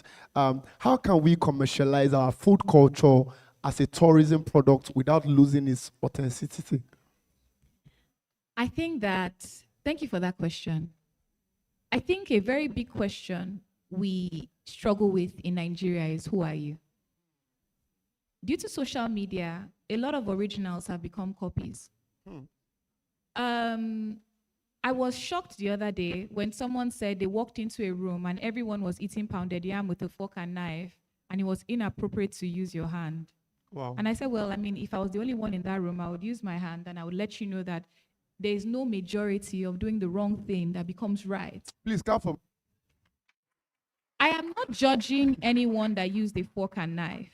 I'm just saying that you cannot, by numbers, shame someone that is doing something that was culturally done a certain way. We do our hair by the side of the road. It happens, right? Yeah, right. We buy suya from one malam at the junction. Amala is best served when a woman is sitting in front of the pot, so that the amala is very hot. And there's nothing quite like a goat's meat omoyo. Oh. Right? But you see something. Somehow, we've been convinced that our true culture is the enemy, and it's somehow less. If you don't have the right perspective of what your food is, how can you value it? How can you commercialize it? Would you think twice before spending 500,000 naira on a steak and potato dinner at one of the most luxurious restaurants in Lagos? Even take pictures. But would you think twice about spending that same 500,000 naira on an amala and pounded yam feast? Why? Who said, Now you get the problem, right? So that's why if you are not rewarding talent that is sticking closely to our culture, how do you expect them to fund this passion, this creativity? You see, that is what has created the need for a partnership with the government, a need for orientation. So we can go back to the basics and understand that I am Nigerian and this is my culture. Absolutely. I will value my culture. I will celebrate my culture, and I'll pay good money for it, right? It's okay if I go on the side of the road and I buy that same thing for 1,000. But if you give me a beautiful environment, if you get those ACs there, if the server is doing what she's supposed to do, if my table is made of marble, I should not hesitate to pay. So I tell you that what we need is a mindset change, a full understanding and acceptance of who we are as Nigerians, perhaps by a campaign. I really propose a campaign. And then an intentionality and decision from each and every one of us to celebrate and pay good money for our culture. A round of applause for Morenike. You couldn't have said it better, because I think recently a friend was telling me about the Niger Food Festival in Canada, and if you know about that happened, and everybody, my people were there, and one of my friends was there going around. I think he stays in Ontario, and was telling those people who were eating amala, stop you eating amala with fork and knife. How are you telling these Oyibo people? How are you eating? We came all the way from Africa to this place, and you're eating amala with fork and knife. Thank you very much for bringing that on. Thank you, Morenike. Now, I come to you, Utibe. Crockstone's Group's development of Nautical Beach Resort. By the way, I don't know if you've heard of Nautical Beach Resort. Anybody in here? Okay, I've heard it. I think I saw it on Victoria Island. Like Ms. Farah said, the ad on Victoria Island reflects a long-term belief in Nigeria's tourism economy. What opportunity did you see that convinced you this was the right investment? And what has the journey taught you about the commercial potential of tourism assets in Nigeria? Okay, thank you very much. I think what we saw that was very strategic and made us to focus on that investment is essentially the untapped nature of our waterfronts. The untapped nature of our waterfronts. And I like what the keynote speaker mentioned about Akwa Ibom having over 100 kilometers of beachfront. And if you go look at the entire map of Nigeria, from Lagos all the way to Calabar, Akwa Ibom, Calabar, you have a lot of beachfronts that exist by presence of the Atlantic Ocean. But how much of this is tapped, developed, and internationally marketed? You go to Brazil, you go to different places. I was in Cape Verde 2 years ago, and it's so astonishing what happens in Cape Verde, in islands like Sal and different parts. So for us as an organization which has done a lot of high-rise residential development, we thought it that, okay, what can we do differently by introducing a waterfront destination that basically combines business, leisure, lifestyle, all in one place. And so far, we've seen the remarkable response from Nigerians. In just barely a few months of establishing the beach resorts, we are recording in some months 20,000 people coming to the beach and counting. What we are developing more. Did you say 20,000? Yes. Please clap for Nigerians. So what we are seeing is that sometimes the market exists. Sometimes what is holding us back is is not investing in creating these destinations. I like what he said about Ikogosi and everything. I was born in the northern Nigeria, in Kaduna precisely. And when I look around Nigeria as a whole, we have a lot of tourism destinations. If you go to Plateau State, you have places like Sherry Hills. Yeah. I've been there. If you go to Ikogosi, there was a time during COVID, I did a southwest tour. I drove from Lagos all the way to Ekiti, touched Arinta, Ikogosi, Eri Jesha. I did all of the western states. And when I got to those places, most times, there's not so much crowd there. And the kind of locations you see in Nigeria can compete with some locations you find in Rwanda. Yeah. I was always hearing about Rwanda. I said, okay, I'll travel to Rwanda. So I went to Rwanda. I think that was 2 years ago, thereabouts. And I got to Kigali. I said, okay, it's clean. I know it's nice. There's not too much traffic. What else? What else? Go to Jollof Kigali and experience it. True. Go to their car-free zones, Biyogo. Go to Genocide Memorial Center. Yeah. I said, okay, they said they have a beachfront. I said, okay, let's go to Gisenyi. Drove 4 hours from Kigali to Gisenyi. I got to Gisenyi. I'm like, okay, where is it? Extra. What are we talking about? So some of the things that you find internationally, in terms of tourism destinations locally, like you said in Enugu, or you go to, some of us, you know, Farinruwa waterfalls in Nasarawa, or you go to Gurara, etc. There's so much tourism destinations available, untapped in Nigeria. What we are doing as Crockstone is to say, well, our current presence is here in Lagos. We have the Atlantic, which is largely untapped. We're trying to create the best business, leisure, lifestyle destination in that location. And funny enough, people know value. Of course. Because one of the things you also remember is that because of rising or the increase in Naira to dollar exchange rate, there's more room for local tourism. No. Because back in the day, if you can do a return ticket to Dubai, accommodation, how much would you spend? Now you're spending 3-4 times as much. Yeah. Not everybody has the money to travel everywhere. So with the local tourism demand, while we're trying to attract international tourism, there's still a lot of untapped local tourism. And each of the different players in this room, every single state has tourism destinations. I can promise you, I've been to 33 states in Nigeria. Every state has something that needs to be tapped. And if we can all do that, Nigeria becomes a better place, whether it's in terms of GDP, recognition, whatever. We are driving that as a company. Thank you very much. You know where I agree with you. Please, a round of applause for him. You had said that when you guys built the Nautica Beach Resort, 20,000 people had subscribed already. And the only song that comes to my head, they go tell you, say, money no dey Lagos. You know, and one of my co-hosts, Oluwafemi Okwe, there is always saying that it depends on what you see. The cup might be half full or half empty. But you see, in this Nigeria that we stay in, there is a lot to tap in from Nigerians. You know, let me get back to Victor, and that will be the last question. So we'll start getting questions from the audience. One question for each of you. Lastly, Victor, beyond hotels and resorts, where do you see the biggest untapped investment opportunities across Nigeria's tourism value chain? In 1 minute. He just mentioned that, right? So if we have to put the hotels apart, what are the things?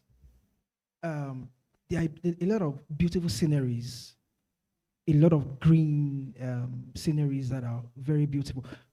If we can put in our attention on those landscapes, right? The hills, right? Imagine yourself standing on, I think we have something like that in Tinapa. Absolutely. Yeah. So if we can have 4, 5, 6 kind of Tinapas in different regions of Nigeria. Even Olumorok, for example. Olumorok is there. It is not the way I have it in my head. That's the way it should be. Listen, I would not want to leave Nigeria to any other country, honestly, if we can get funded if these different states can get funded in putting up the cultural centers in proper places. What's it called again? Like you mentioned, we mentioned the Ikogosi. Can we have 3, 4 of these kind of places? If you travel, for those of us that travel by road, we will see how beautiful the scenery is. Absolutely. Right? From Ore. Am I making it? So, I mean, imagine, it is too beautiful. Exactly. Way too beautiful to ignore. If I have my way, right, if we could just take off the insecurity measures around, I think Nigerians will be able to travel within and not without. I agree with you. Even with the insecurity, there are still places that you can go to that are secured, and then you can have a lot of fun. But let's take one question for Femi and then Morenike. I just want to say one thing, right? Please, Because quickly. we have the Ministry of Tourism represented here. Yes. There is an iodized creativity fund that was just approved. That's over $80 million. So I mean, so that these ideas are not just spoken about, I believe it won't be a bad idea for conversations to start Absolutely. following this kind of recommendation for investments in this tourist site. Thank you very much, Morenike. Now, Femi, I would like to ask, the part of government, how can stronger partnerships between airlines, tourism operators, hotels, and state governments create more commercially viable tourism destinations? Like Utibe has said, it's not just more of, oh, my state is this, my state is that. The numbers, how many of people want to come, what can states do to, align with airlines and then make it more viable? Well, the role of government cannot be overemphasized. First, government controls the airport facility. They ensure that the systems that should be in place are in place. Indeed, if you travel through the airports, baggage control and all that security is government most of the time. And some of the bad experiences that people who travel experience sometimes is due to shortages in those areas. So government can look closely at modernizing our airports. I know that we are making some efforts in that regard in some of our airports, but our airports actually do need to become better for the experience of passengers that do come in through those airports. As far as the airlines and tour operators are concerned, there are more we can do.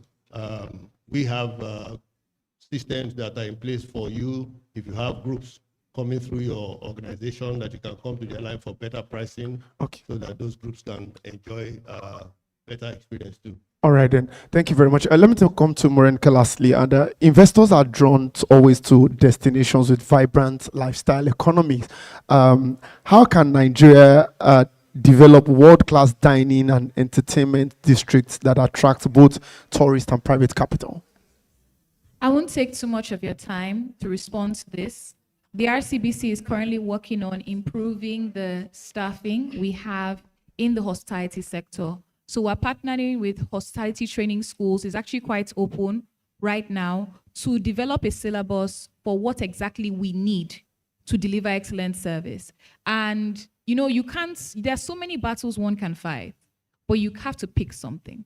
And right now, one of the key feedback we took from Dirty December last year was a lot of people were not happy with the service. So we have gone back to the drawing board.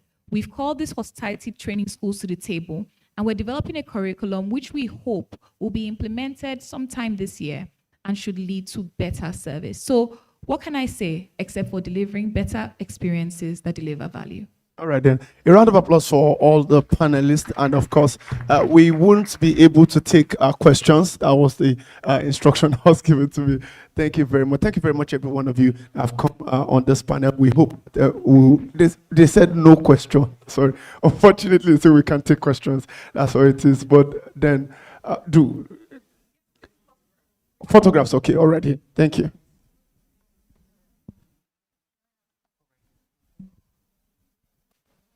All right, please, a quick photograph. And a round of applause for our panelists and also our moderator for this panel session.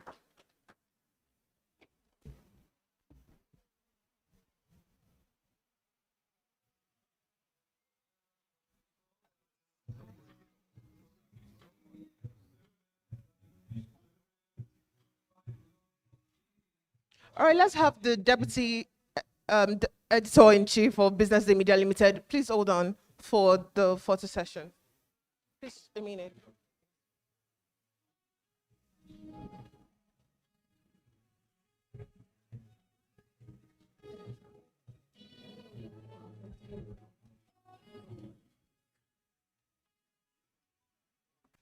I think before we go to either me or anybody, I really would want people to stop demarketing. I understand this, but that's for us to be having that. There's insecurity everywhere. Other countries demarketing themselves. We're our biggest enemies. So there will be a Q&A after the second panel session. I'll give you yeah.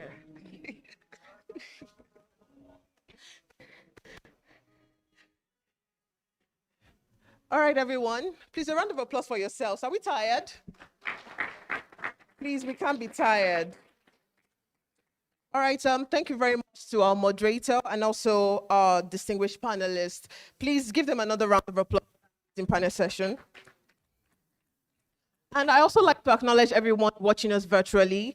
Thank you very much for following the conversations.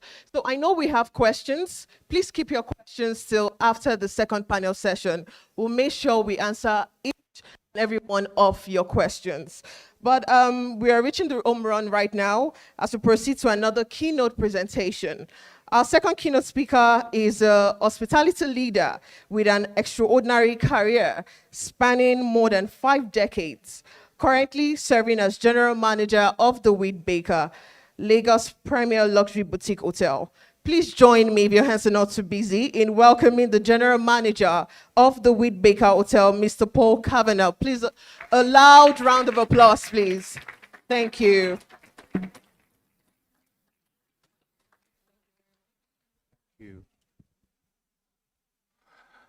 About a year ago, they asked me to do this, and it was in another hotel, and the screens and the presentation all went, so I had to freestyle it. So fortunately, oh, look, there you go. Ugly face on screen. Right, so good morning, ladies, gentlemen, standing on all protocols, etc., etc. Yeah, oh, you both don't know how to do those things. My name is Paul Kavanagh. I am general manager of the Wheat Baker Hotel. And I'm here today to be what I'm always, and that's controversial. So I'm going to disagree with everything that's been said previously. And I'm going to disagree with the question that BusinessDay asked. That's when you would turn the screen, guys. All right. Is this the right question? I'm going to argue that Nigeria is already investment ready, that we're already there. But to do that, I believe I have to go way back in time. So let's just do, and I'm conscious of time, so we can ask questions that were required. I'm conscious of time, so I'm going to do it quite quick. All right? You went too far. Back you go, back you go. Right, turn over the next page. And that doesn't look right. Anyway, we learn from history. And one of the things that we don't learn from history is the history. We don't look back and we don't think about what it was. Next page. On the 1st of October 1960, a hotel was built specifically for one purpose. And that purpose was the signing of the Declaration of Independence of the Federal Republic of Nigeria. In that hotel there, for those who don't recognize, that's Federal Palace. Federal Palace was built for the purpose of celebrating in 1960. That's pretty cool. That's where your independence was signed. That's like the single most important thing in your nation's history. And it was in a hotel. Next page. We fast forward to 1976, and a little building called Echo.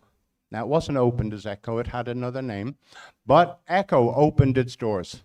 Now, if you want to learn about continuous investment, continuous growth, continually leading an entire industry, you look at Echo. It grows and it grows and it grows and it grows. It expands and it keeps expanding and it keeps growing. That's pretty cool. And just for the record, happy 50th birthday to Echo. It's in a couple of days' time. And then in 1985, and as if by magic, we're in this hotel itself, the industry changed. And in came Sheraton.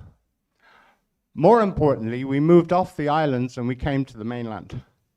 And Sheraton was built specifically. It took a while to build it.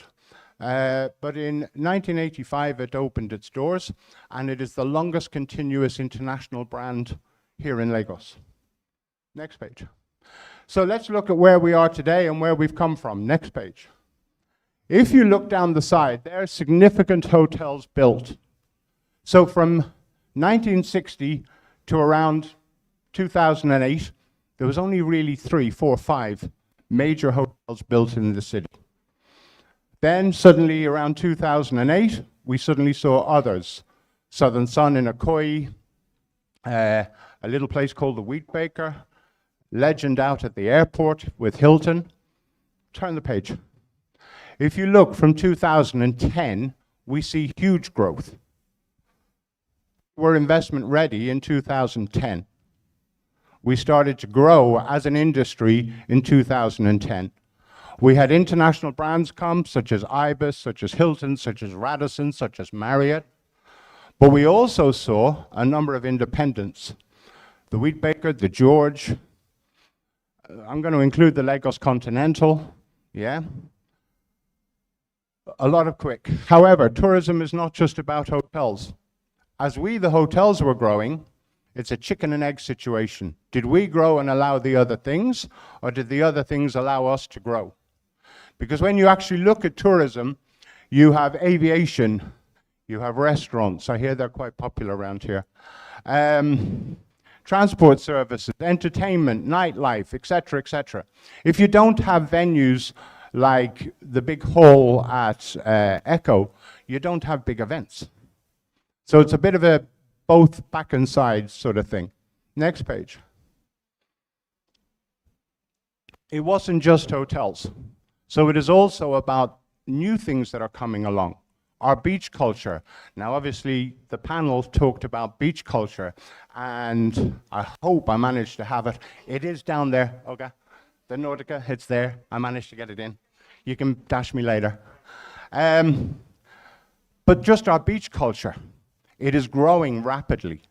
Now, I don't want to steal thunder of another hotel company, but I recently saw plans of a huge beach venture that is coming on the Calabar Highway, right? And it's from somebody local here, and it's very big, very exciting. Next one, an industry like art. Now, we always, because we're the Wheat Baker, we always talk about art. But look at the growth in art, in galleries, in the art industry. We host Artex every year, and it's growing and it's growing and it's growing. That's not the hotel industry, that's the secondary industries that grow off the back. Next. Government. Yes, they can say thank you to us. We've heard people talk about government a lot in the last few minutes, right? But let's see what government gets from us, because it's a really good indication of how valuable we actually are. And I don't think many people talk about our value. We don't talk about our value. But for a government, soft power and influence. When people come to our country and they have a great time, they eat our amazing food. They go to our amazing entertainments and shows. Yeah? They do funny Oyibo dances. No, I ain't gonna do that one. But as we stand today in Lagos, over 600,000 people are employed in the tourism industry. I hear the mumble. And there are still countless opportunities for more because we're missing lots of things in our industry. We cannot, as hotels, find certain things. If anybody knows of a good food photographer, essential in the selling of our food, please give me the recommendation. I've got a couple of million naira I'd like to give them. We can't find one. And we have looked for one. We have hunted for one. We need a publisher. We can't find one because we want to make some books for a particular reason. So all these other industries, there are so many opportunities. The average age of employees working in the tourism industry in Lagos is 31 years of age. Is that very young or is that quite old? I don't know. You guys have a different interpretation of youth than an Oyibo has. Yeah? Just for the, your Minister of Tourism, of Youth is 70-something. Anyway, next page. Look at the airport, just to give you a different indication of the numbers. So as you see, from when the airport started off in around 2000, we've gone all the way over. The spike we're all conscious of, a little thing called COVID, yeah? And then we grew again. But if you look at the last few years, for some reason, nobody's publishing the figures. They're estimated figures for the last 3 or 4 years. That seems a bit strange. My colleague over here from Aero can probably deny or confirm those numbers. But that's what you go that's what you find when you go looking for it. Now, if that number is right, 7.5 million people flying in at an average price of about $300 US. Do the math. It's kind of sexy. Next page. Told you I was going to contradict what everybody said. These are not our challenges. These are just excuses you guys come up with, right? Yeah, see the first one? Okay. Of what's on that wall, or any other subject you care to mention, tell me one single thing that Nigeria is the worst in the world at. As far as number one is concerned, you're currently not in the top 5. Number one is Turkey. Yeah? You are not in the top 5. Tell me one thing in your great, amazing, beautiful nation that you are the worst in the world.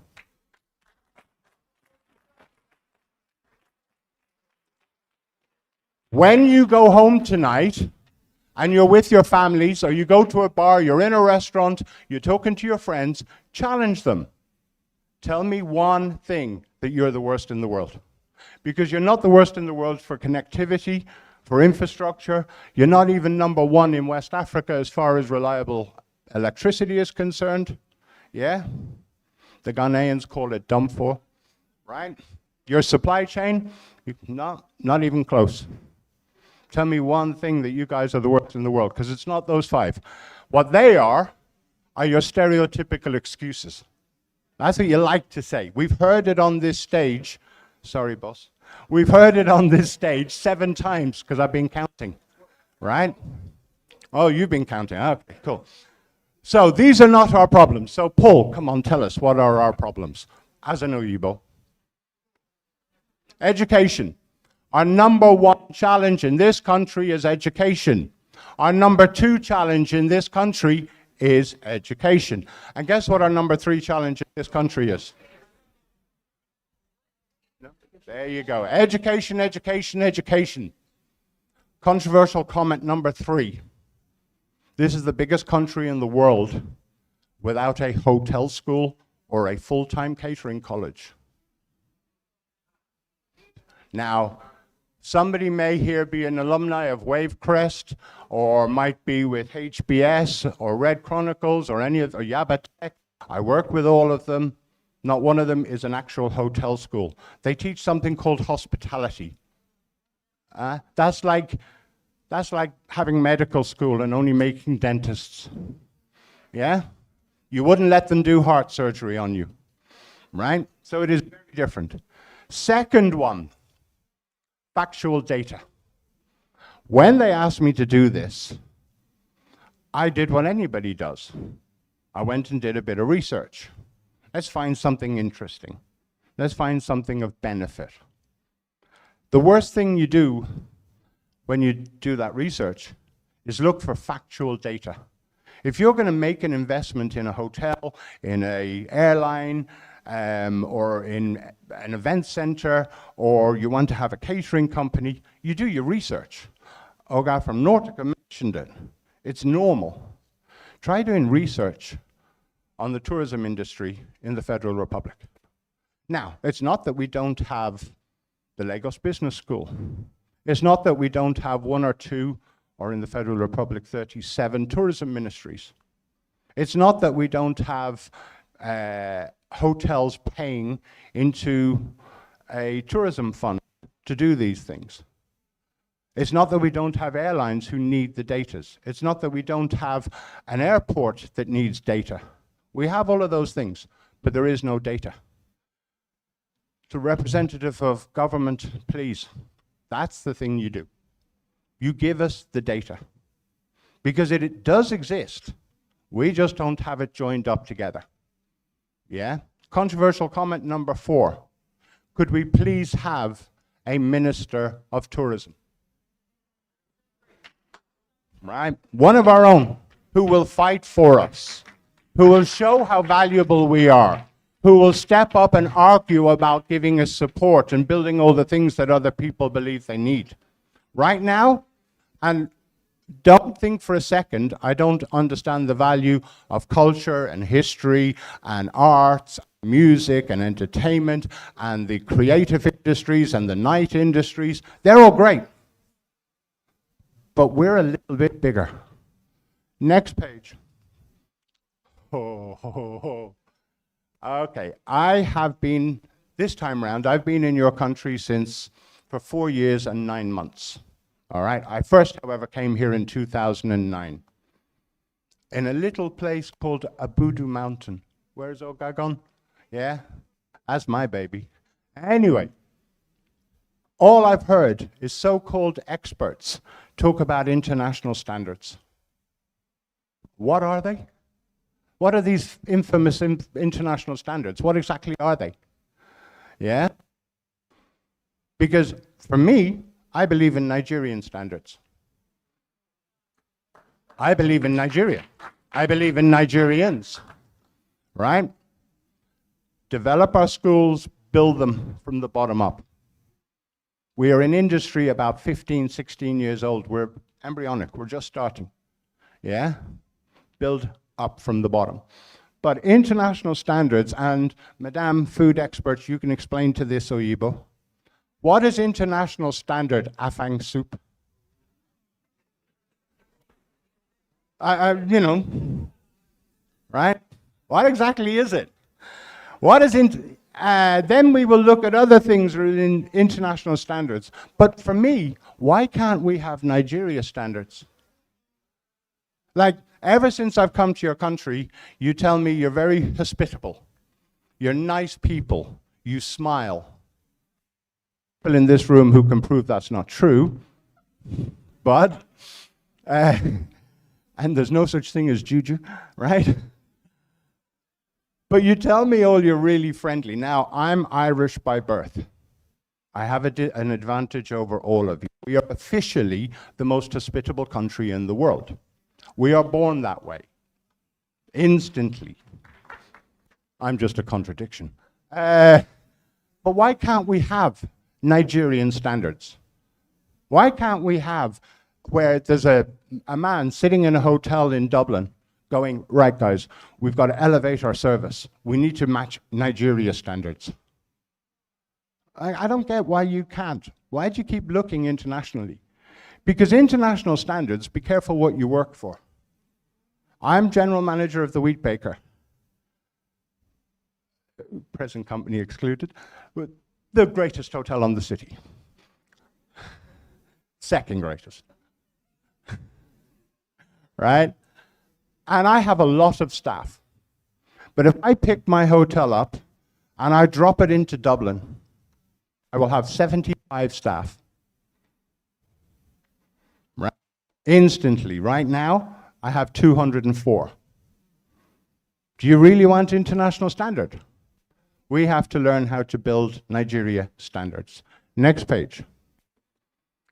So looking at it, in 2010, we had 591 registered hotels in Lagos.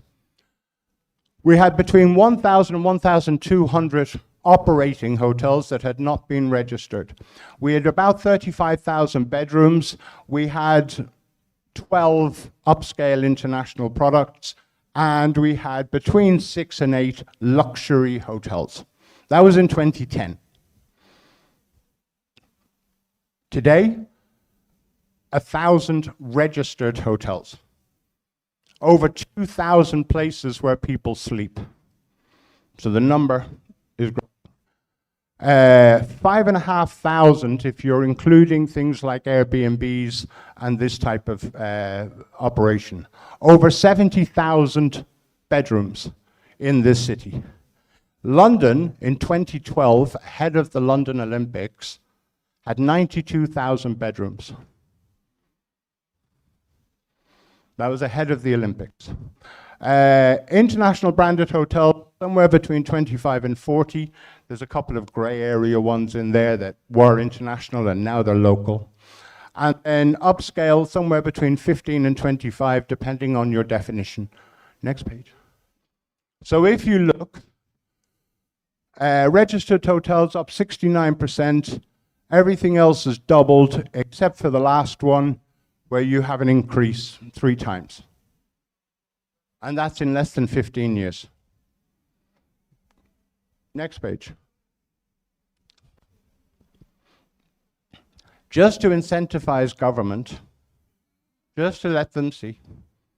In the year 2010, they gave us a tax called consumption tax, just for us. Yeah, because they like us so much. In 2010, it was worth, according to official figures, according to Lagos State Government, 7 million naira. 7 billion, sorry, these numbers are in billion. Yeah, not millions. 7 billion. Fast forward to today, 2025, 70 billion naira in consumption tax alone. Please keep in mind, as hotels, we pay another 17 different taxes. Right, so I'm not being, I'm just focusing on one. But if you want to see an example of, are we ready? Are we worth investing in? Are we worth supporting? Well, that's just one tax. It's pretty cool. I'm sure we can build all sorts of wonderful things, roads, anti-flood systems, Accra businesses. Next page.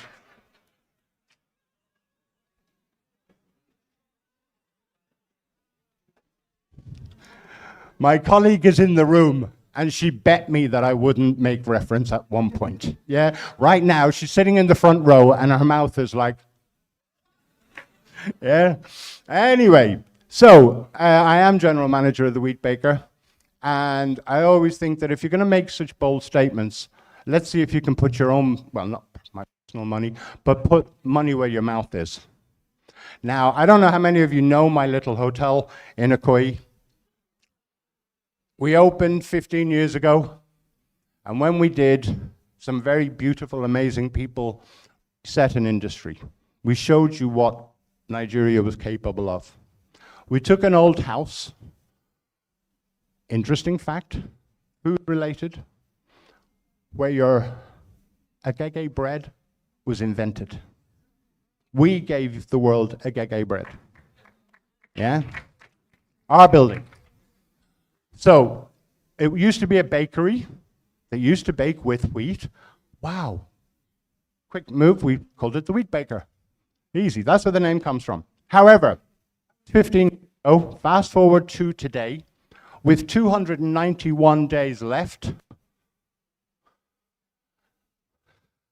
Yeah, that little facade, that little building you can see on there, that is the new wheat baker, right? Now, because we're the wheat baker, and this all comes back to proving, and it's the reason it's up there, we are investment ready, right? We are investing millions. You'll never hear me say the number. You could probably build an airline with what we're investing, yeah? And then lose the money according to, yeah. Anyway, that building, that facade that you can see there, it's Nigerian hands that are building that building. The walls are being made by Nigerian people. Their hands. They're doing the cement. They're laying the bricks. They're carrying them up the stairs. They're putting the piping in. They've even put air conditioning in that image there. It has air conditioning in it. Right? It's Nigerian hands. We are actively looking for, and if anybody is in this room and you have a small, medium enterprise and you make something interesting, we want to know about it. We really want to know about it. Because with us, we don't want to be, we don't want to be buying some stuff from overseas when it can be made here, right? I don't want to be having soap, from South Africa, right? Well, I've got incredible companies like Madara. If you haven't seen them, find them. They're beautiful. If you want candles, go to House Bourgeoisie. She's beautiful, right? You referenced Zobo ice cream. I know where that came from. We want from here. Whether it's a photographer, whether it's something to do with social media, whether it's a product that we could put in our rooms. Where did we find our slipper guy? That was some state up north, wasn't it? Yeah, we found a guy for slippers. Every hotel does. But we found ours in a state up north. We didn't need to go anywhere else, right?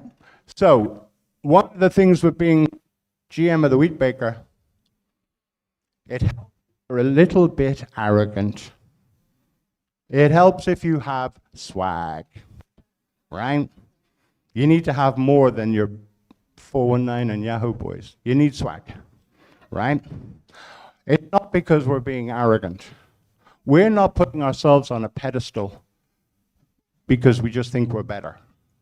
That's what I do. No, we're not. What we're doing is we're putting ourselves up there, and like 15 years ago, we're saying to our industry, come and have a go if you think you're good at it. Pass us. Now, some have passed us. Some have come way past us, and we're good with that. What we want is to raise the standard even higher. But we want to do it as much as possible. Viva Nigeria. Right? So yes, we are challenging ourselves. We are proudly Nigerian. There's this face. But it's okay. I'm the exception to the rule. Next page. I think I wouldn't include you. Right. This is part of me hyping Nigeria. For anybody who doesn't know, the image behind me is Salome Danjuma. She sat over there. Food and beverage manager at the Wheat Baker. Also runs our spa. And one day will be general manager of a proper hotel. So of course, we don't just hype our suppliers and all the rest of it. We hype our people because we do believe in them. They always say, what is the one change? I think, you referenced it this morning, giving people homework, yeah, and saying, come on, do something now. So here's a few things. One, tell different stories. Stop telling the world this is the scariest place in the world. Please. You, one, are not the scariest place in the world, right? And none of my 15 Nigerian girlfriends are that unfriendly or scary. Number two, challenge upwards. I know the culture. I've been here long enough. Yeah? Your elders are somehow better. Well, let's be really controversial comment number 6. Just because they're old doesn't mean they've been doing it right. Right?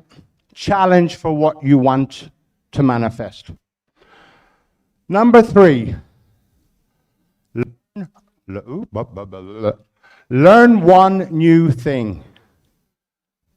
Teach one new thing. Every single day of your life. Every morning you wake up and you go out, learn one new thing. It's a simple thing. 3, celebrate Nigeria. Like, come on, guys, are you not the most beautiful country in Africa? Are you not the giant of Africa? Are you not the biggest economy? Do you not have the most beautiful people? Yeah? You see, when I say it out loud, you're all going, yay! As soon as I turn my back, no, it's bad, it's bad. No flooding, leaking, etc. There's a hotel in northern Finland, and every year, this hotel rebuilds itself, and it's made of water. It's called the Ice Hotel. And every year, they rebuild it made of ice. You sleep on a bed of ice. Now that sounds to me like a bit of a challenge. I come from Ireland. We have a hotel that is over 500 years old. There is still furniture from day one in that hotel. The walls are wider than that because they're gold stones. And yet the internet works there. Weird, right? But you have so much. It should not be an ugly Igbo who's telling you guys to hype yourself. Like, seriously, Business Day, what did you pick this face for? Right? Lastly, buy Nigerian. Oh, I could get killed here. There's lots of beautiful women in this room right now. You're all fake.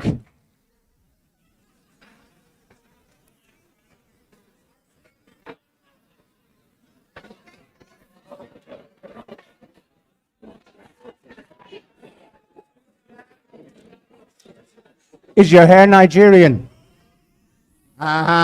Is your makeup Nigerian? No lie. No lie. Right? Is that cream you use to make yourself look more like me? Yeah? To kill your melanin? Is that from here? Right? No lie. You and all, I know you. But seriously, I love the example from earlier about buying food on the street for 1,000 naira or buying it in a restaurant for 500,000. But celebrate your own food. Don't restrict it. Don't think you can't invent it, reinvent it, elevate it, alter it slightly. That's fine, right? But celebrate your own food. Things, as an Oyibo, I don't understand. Having lived in your amazing country for 17 years, why is it that when I'm here, I see division? But when I travel, I go home to Ireland, I have a friend over there who's Nigerian, right? One of Ireland's greatest sporting superheroes at the moment. And there, Nigerians are so proudly one nation. Well, what is that? Outside, you're patriotic, you love your country. Inside, I don't know. And again, reference to what the gentleman said earlier, you were talking about traveling, wanting to go outside. I've only been to 21 states in the Federal Republic. Can anybody in this room beat me? Cool. One person in this room can beat the Oyibo. Okay? Seriously, have you ever looked what's in your own country? It's amazing. How many of you have been to the beach? Probably not. It's literally right there. How many of you have been to the Randall Center to see Yoruba culture?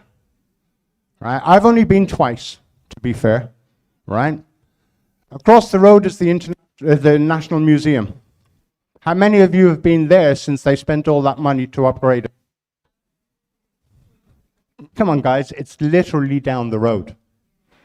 Support it. It's really important. Last. Thank you.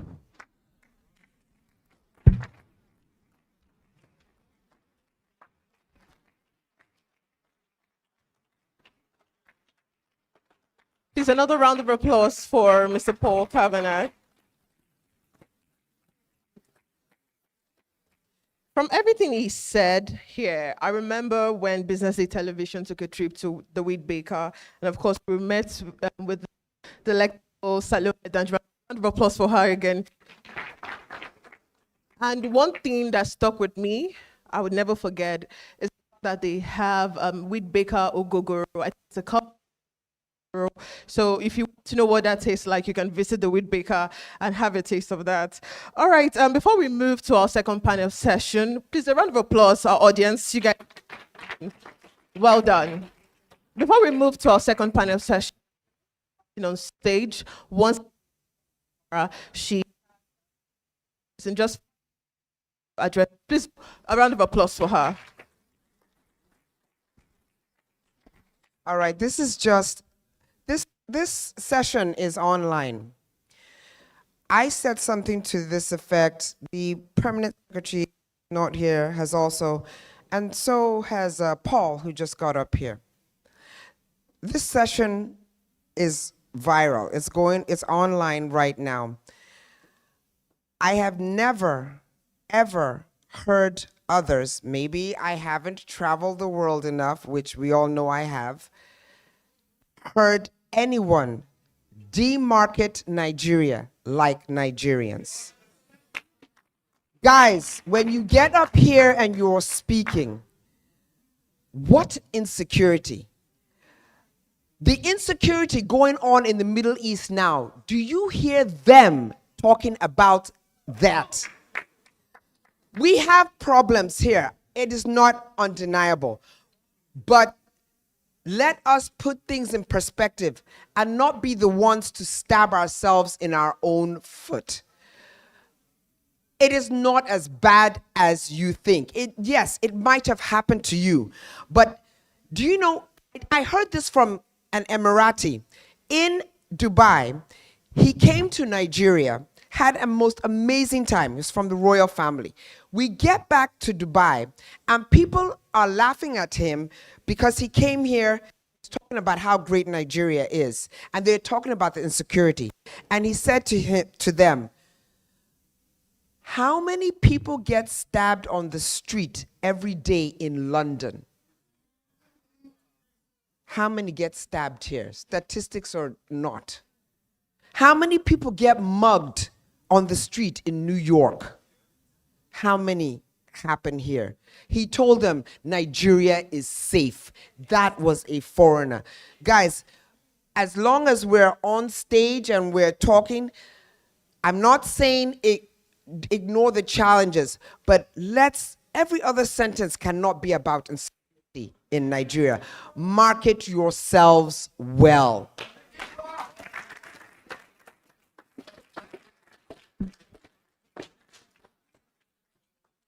Emphasis on market yourself well. Please, another round of applause for her.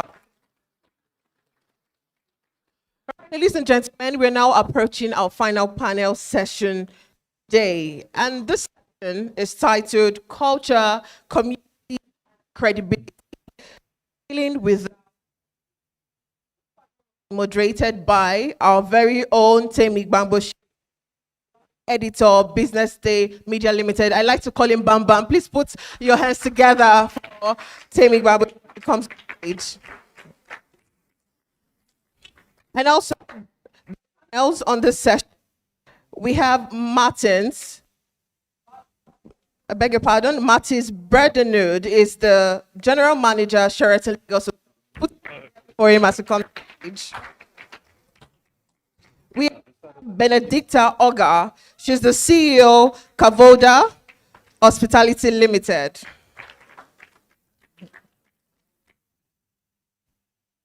Apologies, Benedicta Paul consulted Kavoda Hospitality Limited. Please, a round of applause for her. And also we have Eka Victor Iyamo. He's the national president, Women in Hospitality Nigeria. Please put it for her. She comes on stage. And on this panel session, we have Babatunde Polabi. Is the CEO, Black Boy Africa. Put your hands together for him.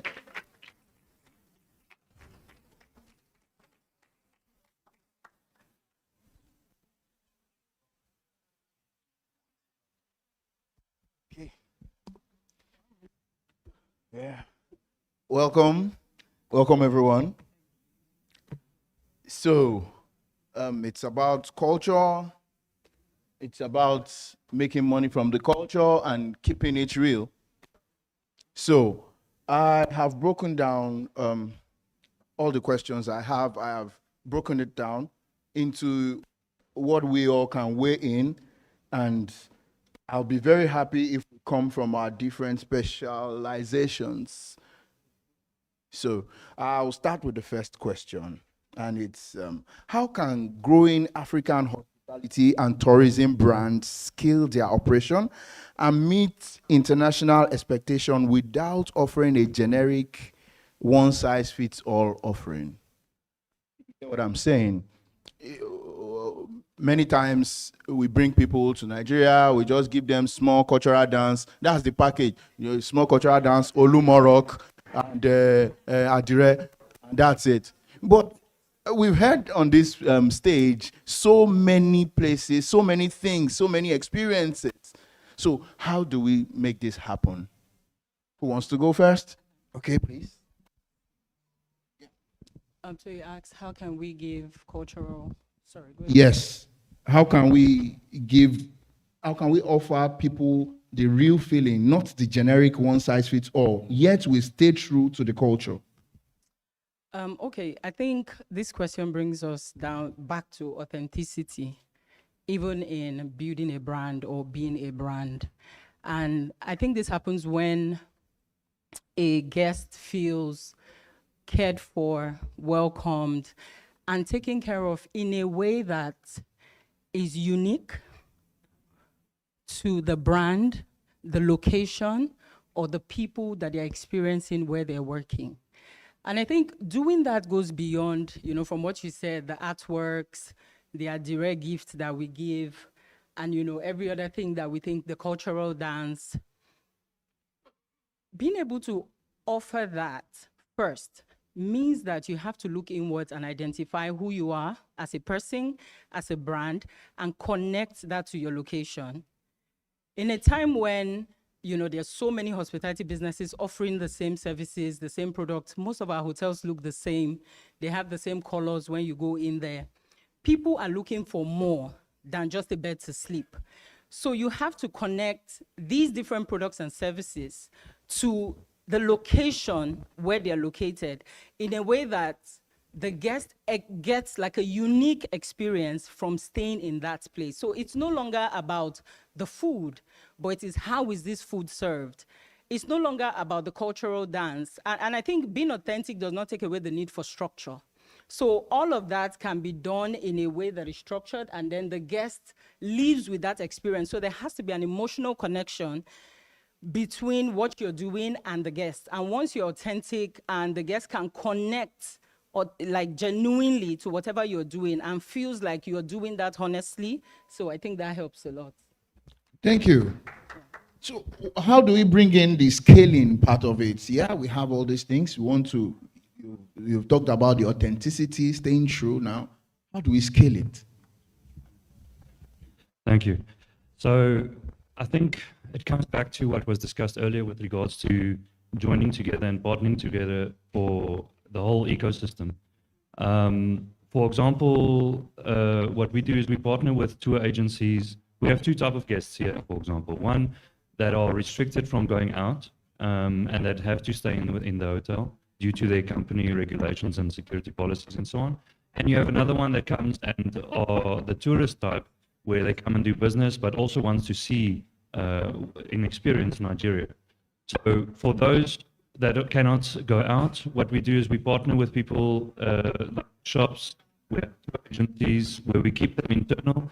We have Wazobia nights, the African nights, so getting that experience within the hotel, and also selling Nigerian found items they can purchase here and take them back.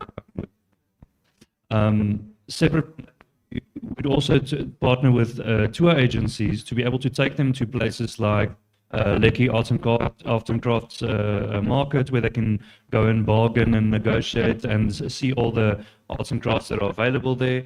Also go to Lekki Conservation Center, possibly go to Badagry. They're all different options. But I think the key point is to partner with other agencies and other companies and other SMEs, like Paul mentioned as well, to be able to give an option of going out as well.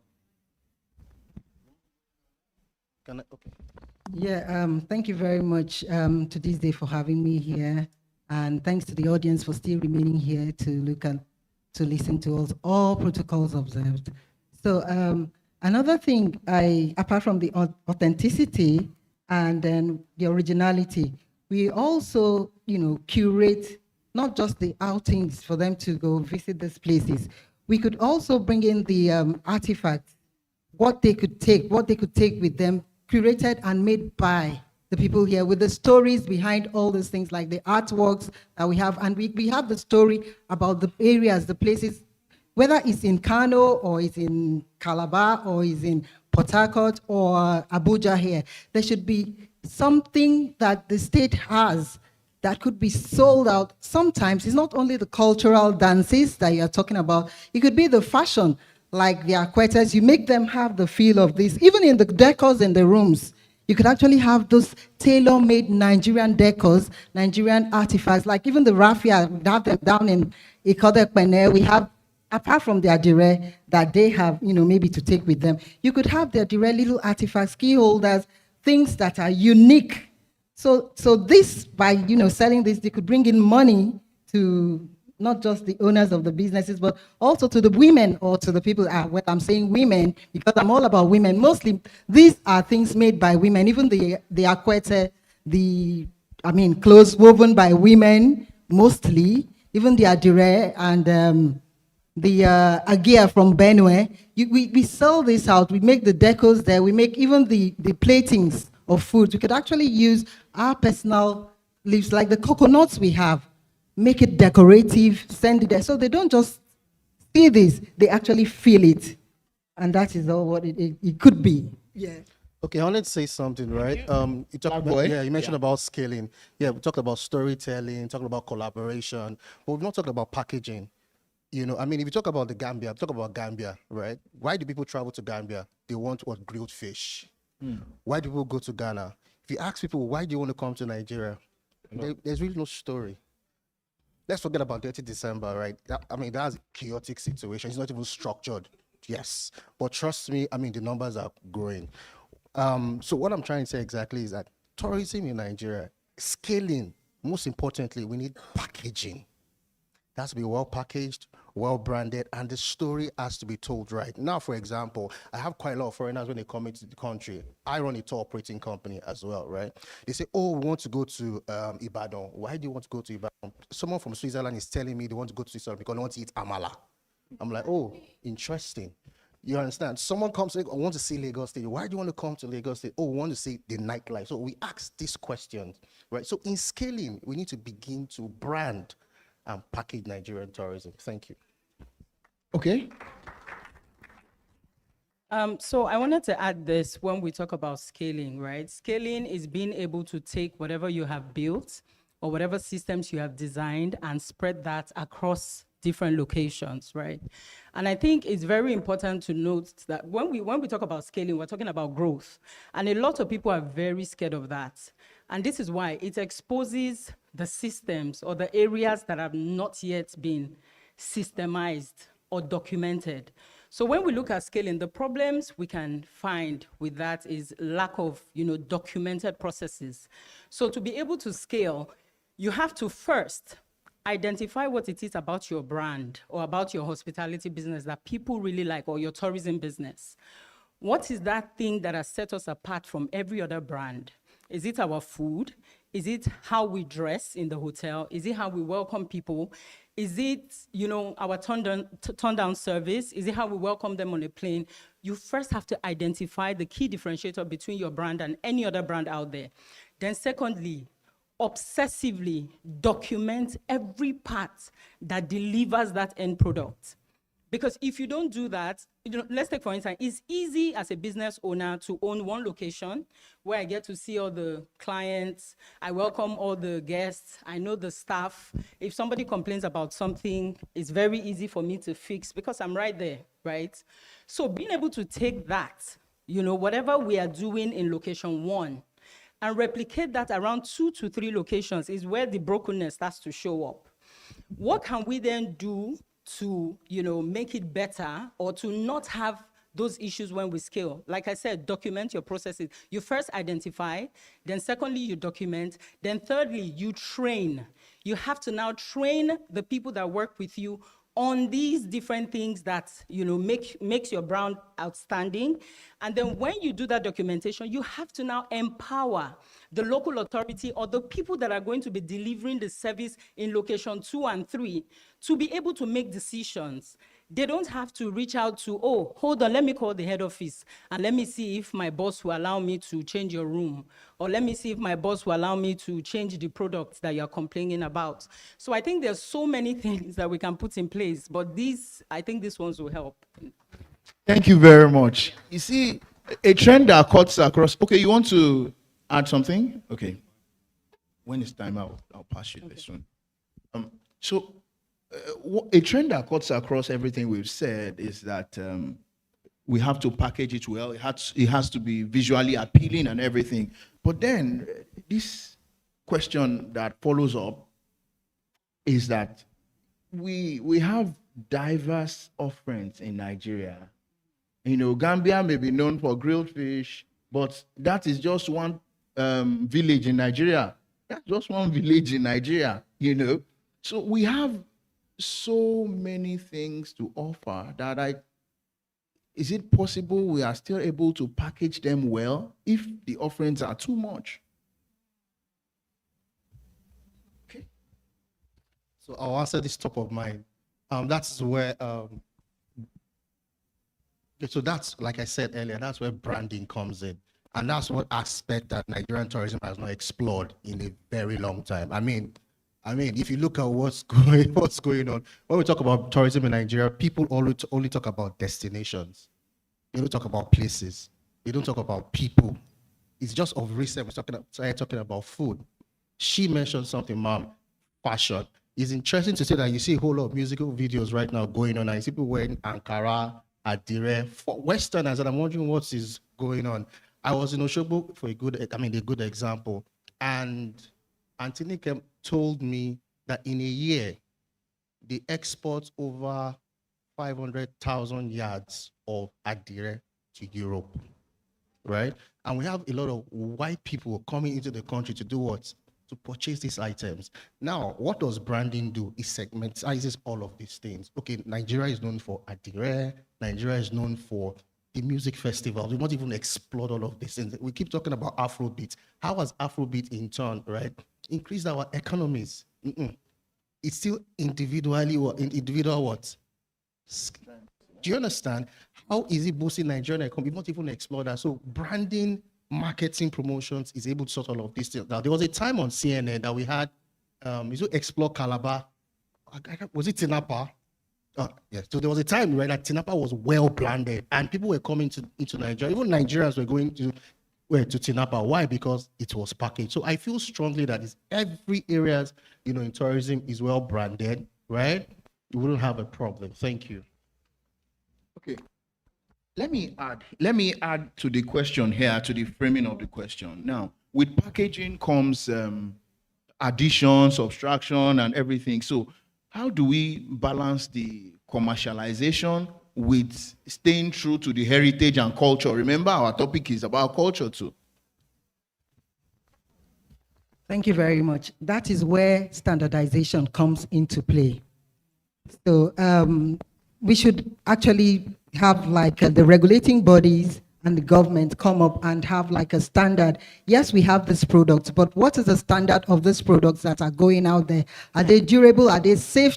Are they health-wise? You know, we have to, even the food, is this healthy? Even though it's our cultural food, is this healthy? We have to have that standardization that cuts across. So with even with the products, the destination as well, there should be a standard, you know, a standard like you have, for instance, they are scaling with products. Let's talk about fashion again. We are talking about scaling, even with the culture, the ready hair that we have. We know that there are wigs that is Western, but we have wigs that are the cultural, our natural hair, which they're actually selling and is scaling, even though it's a small scales. But if there's a standard and these people are empowered and funded, right? The little roadside hair things, the little roadside fashion people could be empowered financially. That's where funding also comes in, to be able to go on a bigger scale. So that is where we employ like banks and the government come together or collaborate to fund those that are, you know, into these practices. So where there is funding and there's money and they could go into these businesses on a large scale, safe environment, safe production sites, you know, this I think could make it a bit more appealing and accessible to people. Okay. You still want to weigh in on that, or should I go to my next question? Okay. Now, I am very big on sustainability, and when it comes to tourism, we know the issue of sustainability must come in. Now, I'm not going to talk about the environment. No, it's about the people.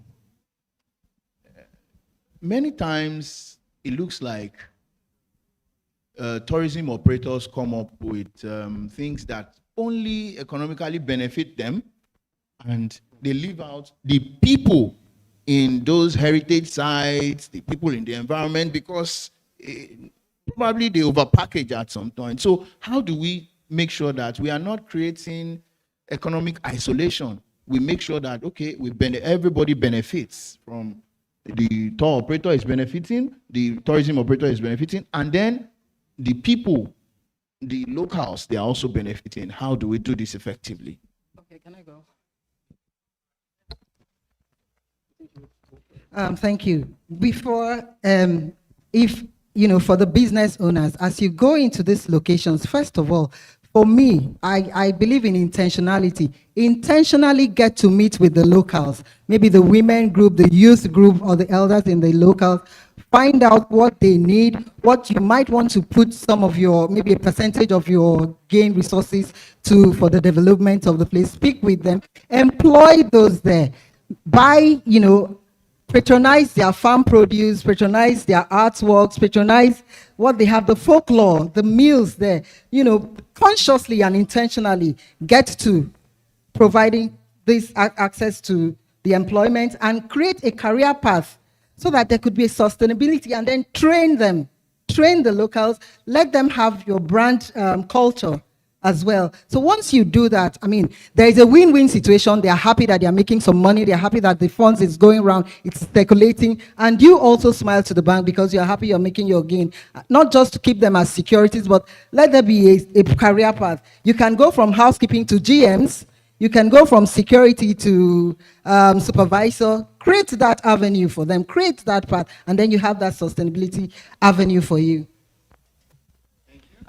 Okay, I wanted to add to what she has just said. I think sometimes it's easy, like we say we go into these places, recruit, train, but I've found that in most cases, people do that because they think it's cheaper, not necessarily because they want to contribute to the community. So what I would say is, when you go to these places, recruit and train to uplift. right? Don't say, oh, I'm only recruiting from maybe the bottom of Olumorok because the people outside are going to charge me 500K. But with these people, I'm only going to pay 100,000. So when you recruit, even within that community, and you engage, the young people around there, first, like she said, have a conversation with them. What's the path here? And, I'll give an example, and Ilashe is a very good example for me. All the best beach resorts and everything are between Ilashe and Ibeshe. And in some cases, you find that for the luxury or the high-end properties that are there, they tend to hire from Lagos and take people there to go and work. Sometimes you go on a Thursday, come back on a Sunday. But there's so many, like every time I go to the beach, because I go to the beach a lot, you get on a boat, by the time you come off the boat, you're seeing this so many young people. And I'm like, why can't we set up something or a training center in Ilashe or Ibeshe that can train the locals of Ilashe and Ibeshe? And then we pay them that same money we think is due to somebody else that is coming from outside. And after a while, what would you have? It would be a known fact that the locals or the indigenes of Ilashe and Ibeshe are highly skilled and trained hospitality people. So that's one part. Another way we can contribute to like a community is by procuring from them.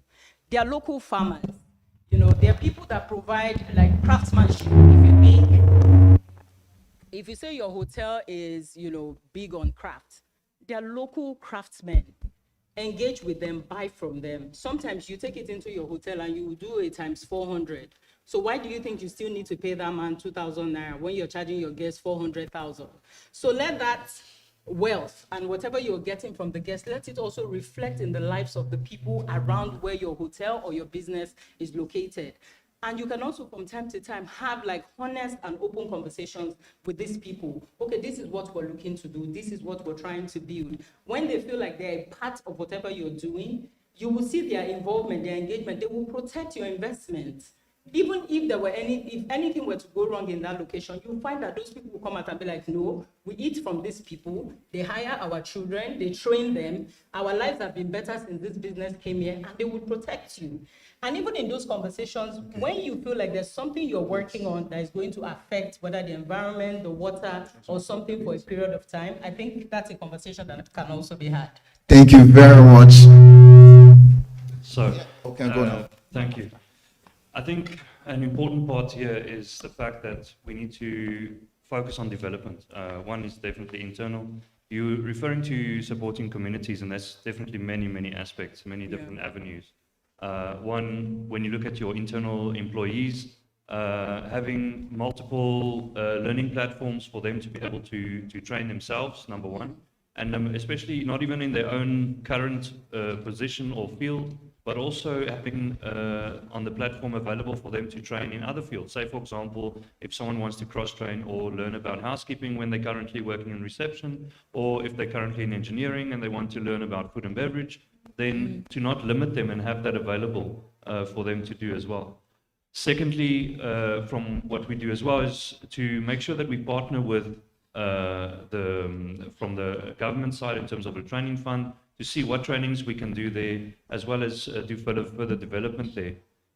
Then when it comes to Wavecrest, the different schools that are available, even though, as Paul mentioned, definitely that can be improved on, but we do make use of what is available currently to send people outside and still learn further as well. I can proudly say that within our group, for example, we have people that have started with us and have retired with us for all the years that they've been working here, because of the fact that they are valued, because of the fact that they are learned. Even the families come later and join as well. And I've also have people where they've come and trained with us, they've left the country, gone to work outside for another brand, come back again, and they are currently general managers of other hotels, not within our group, but other hotels within Nigeria, which is fantastic for us to see as well. You know, even in the other conferences that I've been taking part in recently, every time we have this conversation, I keep on saying that we are training and training and training, but I think that the volume needs to increase together with the quality. I think we are not doing enough, because currently, as one property or company is training, then they might move to another hotel that is opening. And there's a lot of pipeline coming for this country still. It's a booming market, and I think we need to push in a lot of volume. Then from a supplier's perspective or external perspective, you know, we make sure that we procure local first. If it is not possible, then we go external. But everything is always attempted to be local first and to support our local communities and make sure that what we normally do is if we can't find a product that's ready yet, we import. And then what we do is we start looking for someone who's willing to learn. And we start training a local supplier, for example, to say, okay, how do we treat meat properly? How do we do hygiene properly? How do we, to be able to become a local supplier, to supply us and other hotels as well, because there's a lot of potential for them there in the market, because obviously there's a gap. Other than that, I mean, for example, we also bring them in to the hotel. They'll come on the gatherings by Sheraton, for example, on a Wednesday, arts and crafts, and show our guests how to make, for example, wigs, how to make bangles, how to make different things and sell them on property as well. But I think it's endless in terms of how we can support each other, how we can support the community, and there's still more and more opportunities. Thank you, Martin. Let's have Babatunde. Yeah, so adding to what everyone has said, I also wanted to clarify what you said earlier. You said tourism from the tour operator side of things, right? You said when we do sustainable tourism projects, many times it benefits the tourism, right? Yes. I mean, tour companies. I also want you to understand that these projects are capital intensive. Yeah. The last World Tourism Day that we had, I'm a member of NATOP, Nigeria Tour Association of Tour Operators. We had something at Takwa Bay, right? We had an event at Takwa Bay. Apart from we buying, right?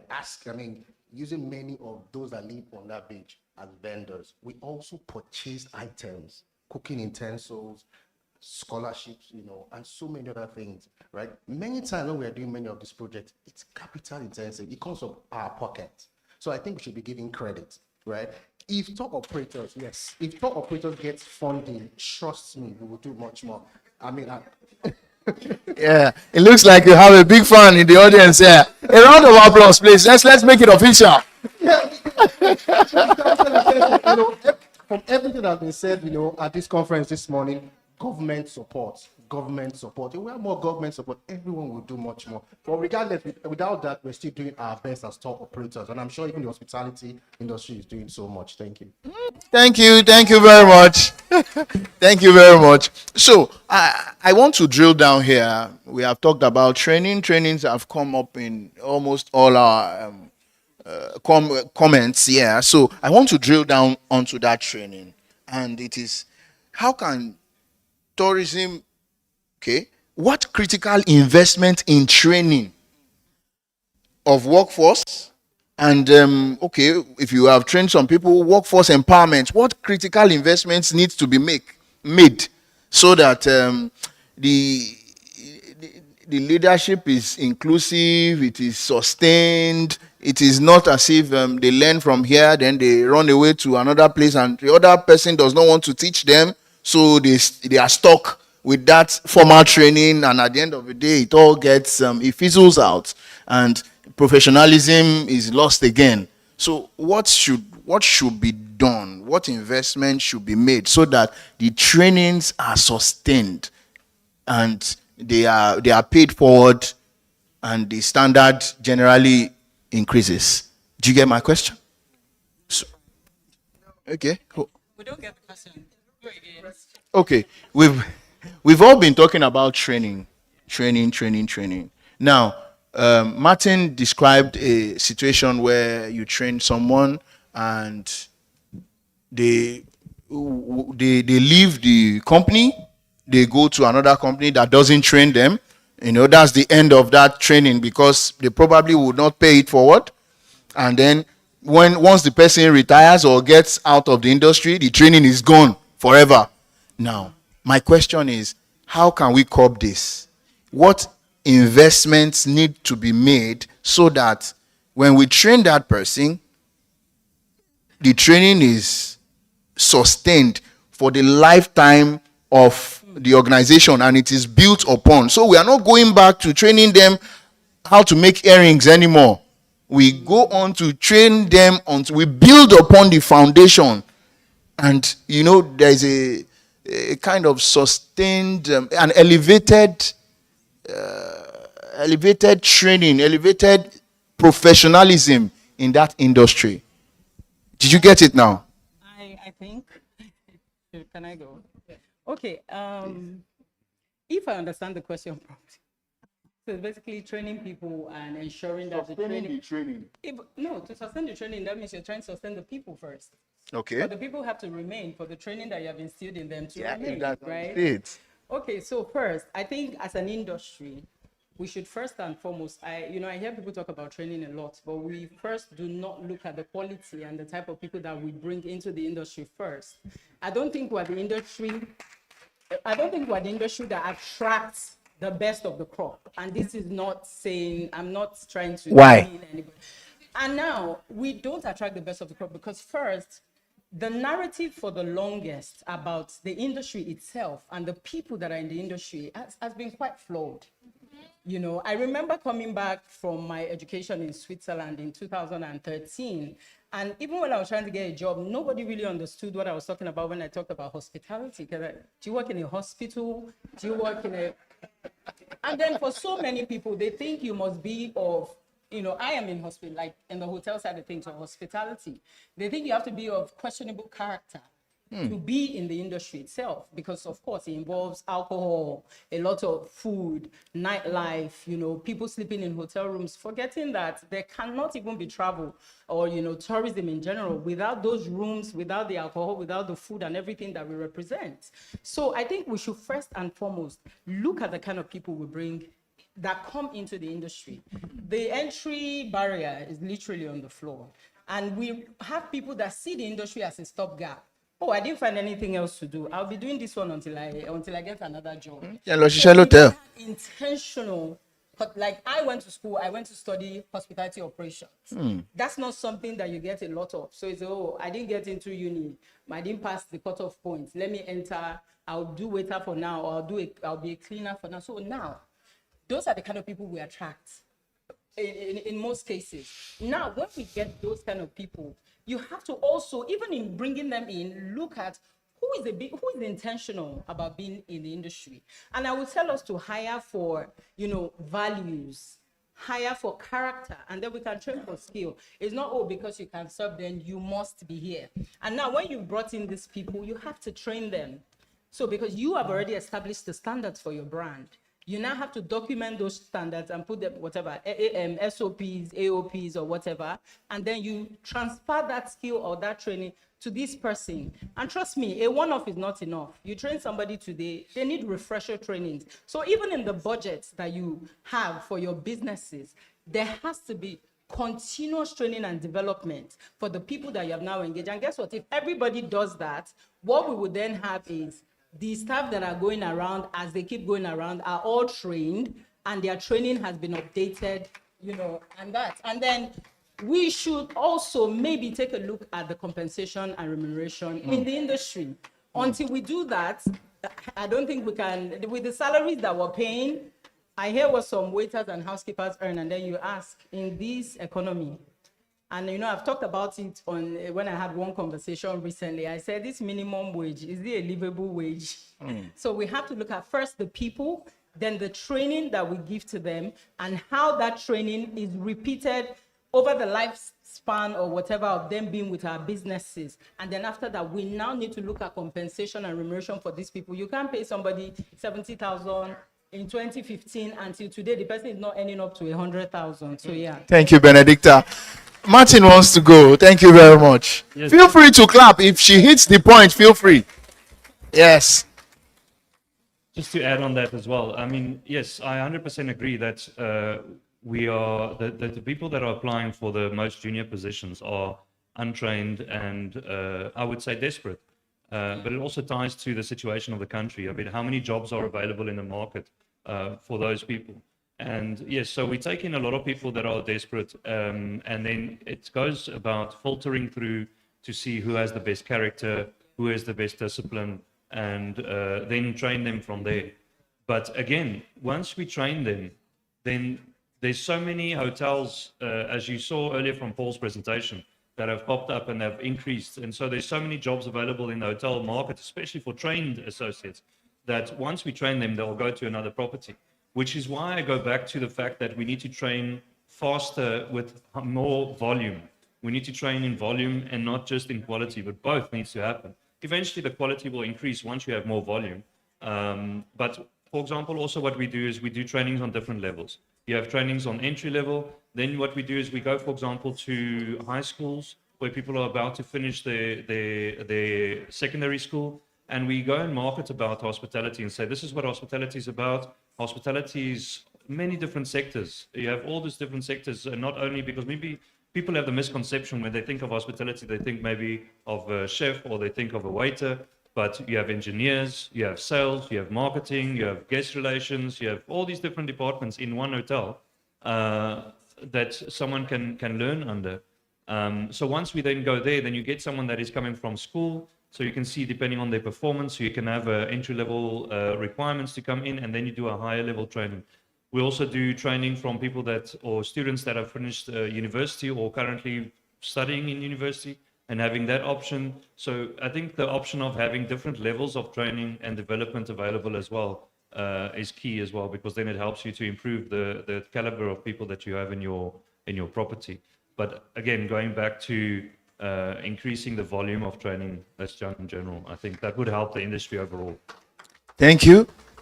Please weigh in. Just a quick one. Yeah, please. This is where I think we should have regulating bodies that not only standardize the training, but makes it possible that every establishment is mandated to train its staff. So there's no situation that someone leaves one place and goes to another and doesn't have access to training. So I certainly, want them to have like regulating bodies that are intentional about giving these certifications, and what kind of certifications and that cuts across every touch point.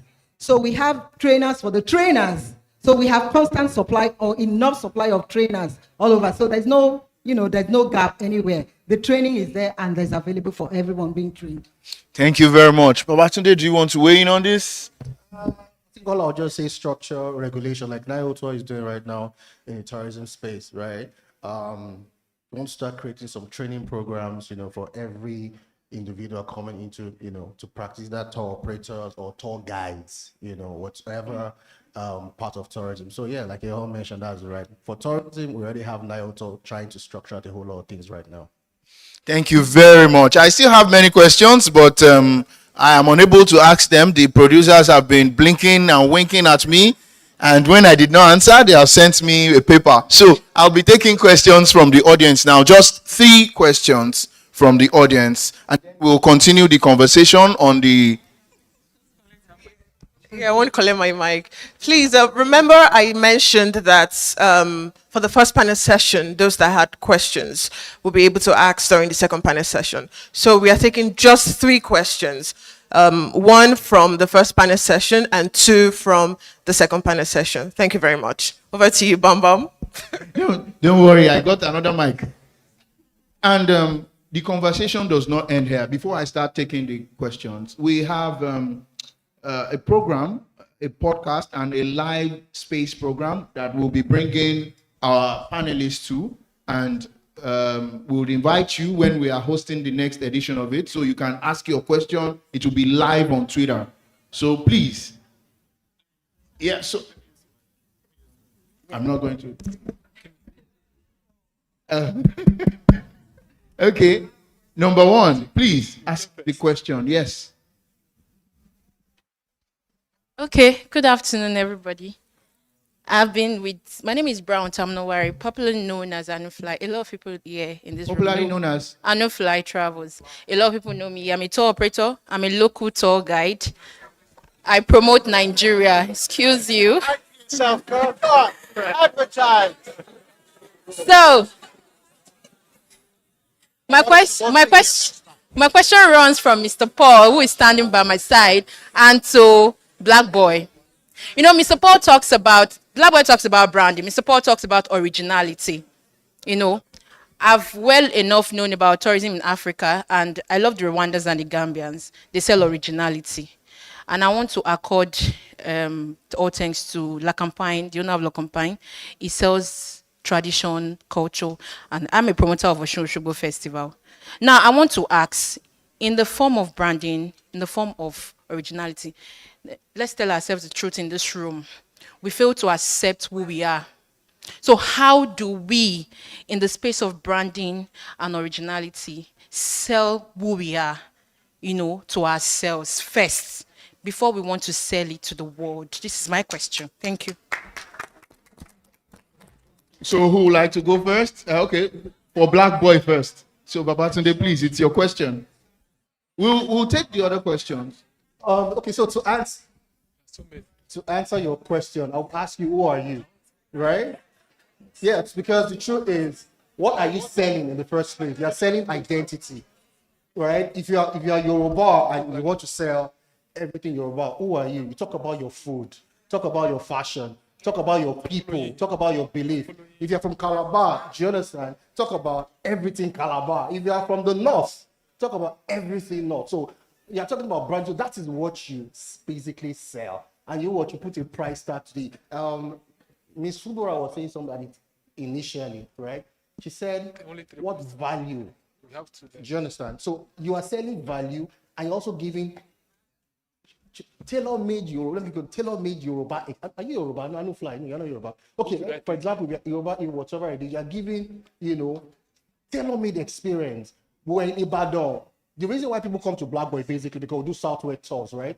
Yoruba, right? From food to fashion, even religion. Some Chinese came around a few months ago and they wanted to know about Yoruba tradition. I mean, we had to go. I don't want to mention something, right? We went to some places in Ibadan, and whatever they wanted to do, they were able to figure it out and help us. So when you talk about branding, what are you selling? What experiences are you showcasing? That's what people know you for. So in branding, I mean, sorry, I don't have a lot of time, but pretty much understand what I'm trying to say. You are Yoruba, right? You sell this type of tourism. You are Igbo. We don't do North or, You are localized to the Southwest. So that's what you put out, the experience. You just brand, you throw it out there. You see chips. Why do you prefer Coke to Pepsi?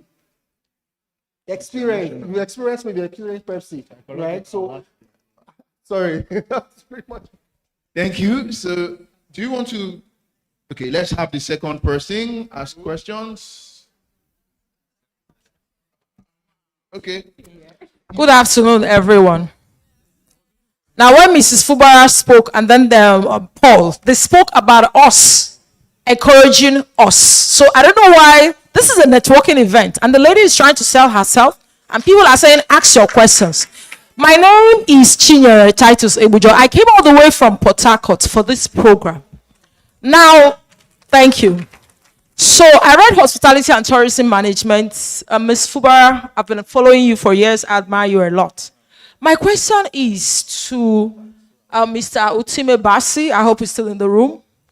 So, sir, I'm particularly interested in blue tourism and coastal recreations. Last year, I went to Mozambique, and then I saw, the coastal lines and all the things that they do with these places. I don't know how we can begin to develop our own and then sustain them. My second question is to the airman, Mr. Femi. So when we went to Mozambique, and I went to 4 countries last year to moderate for tourism organizations. And then when we go to these countries, before we go, they tell us that, okay, with a particular code, like in November, we have this Africa Celebrates in Ethiopia. It's an annual event hosted by Lexi Mojo. So these other countries, you're supposed to go with a code to book with the airlines, like Ethiopian Airlines, Algerian Airlines. Now the Africans, the other Africans, where we go to, they maintain the codes and they are giving the actual rebate, the actual discounts. But we as Nigerians, let's say I'm supposed to pay like a 700,000 naira because they say it's a Nigerian thing. And then we get to pay like 1.5 million. How do we begin to regulate these things and make them stay? And then the last question that I have is still to Mr. Okime. How do we sustain things like Tinapa? Things like Obudu Ranch, with all due respect, is not what it used to be like. So how do we begin to maintain and sustain so that other people can come to us? It's not about insecurity. Nigeria is blooming. And please, let's make it, what did it call? Lagos what? The one in December. Let's make it Nigeria, the one in December. dating a 30 December, let it be a Nigerian thing, not just because Lagos is the center of excellence. Let's spread the tourism all across Nigeria. Thank you.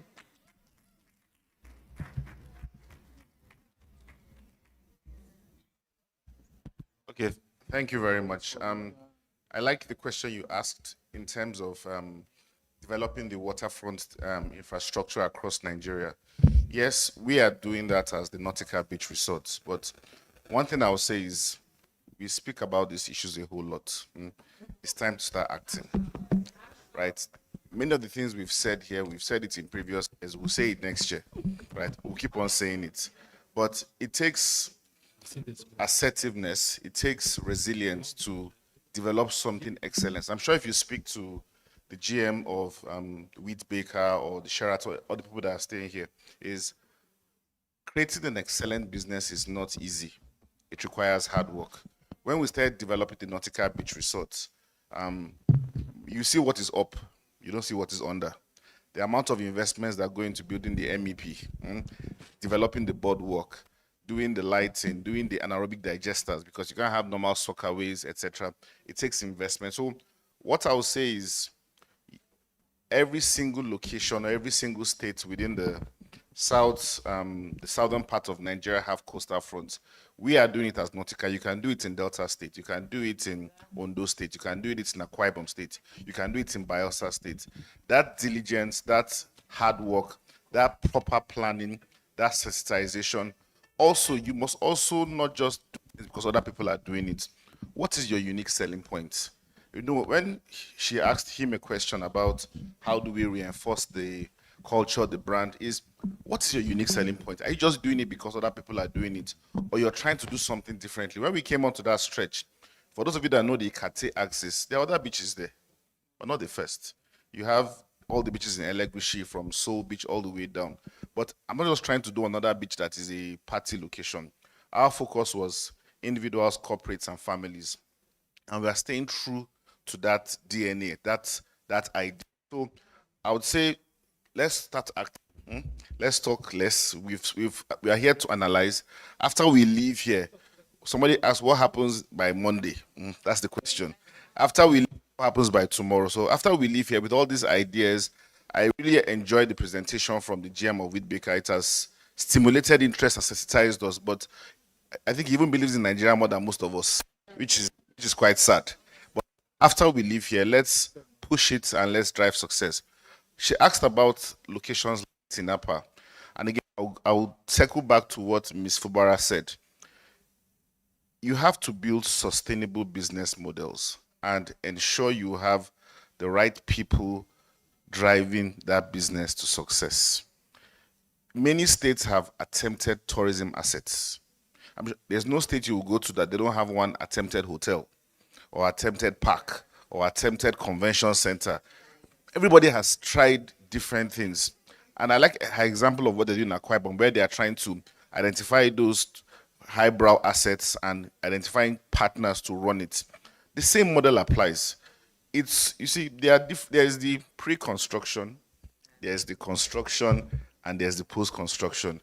The pre-construction is the planning phase, where you ask yourself, what am I trying to develop? What's the unique selling point? What problem am I trying to solve?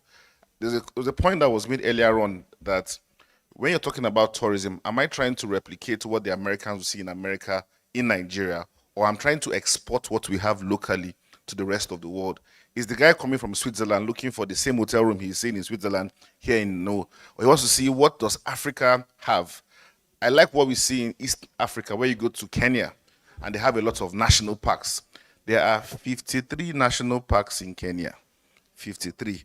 At least I've been to 2, where you see animals in their natural habitat, where we had the Yankari Game Reserve and a few other attempted, right? So what we should be asking ourselves is, what are we developing tourism-wise and we're exporting? So when you do the planning phase of the development, get it right, right? Some people will just take funds and start building hotel. No feasibility study, no planning, no etc. Don't worry, I have the money, I can build it. So you're building based on available funds, not based on trying to solve a business need. So there's a pre-planning. Number 2, do you now build it to proper international standards. I like to call local, so local but with global mindset. Am I building the best hotel we can find based on all of these standards? And then after you've built this fine thing, Nigeria, we have a maintenance problem. Something comes up, it is fine. Give it 3 years, it goes down the drain. And that's because sometimes we put more attention in the development, in the funding, the ideation, but not enough in the post-development, in the operations. Who is going to manage it for me? Is it my brother? Is it my ministry? Or am I bringing in competent experts globally that have requisite experience to run, manage, and deliver excellence and be able to achieve that vision? If you don't tick these 3 boxes, you have a fine tape cutting event. People will like it. They'll take pictures. 4 or 5 years down the line, it's looking faded. The scaffold is looking bad. The staff are rude. They are stealing. And I know she mentioned it. One of the biggest areas of theft in Nigeria. See this tourism sector.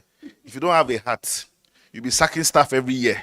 Because I've had instances where we've sacked 50 staff all at once.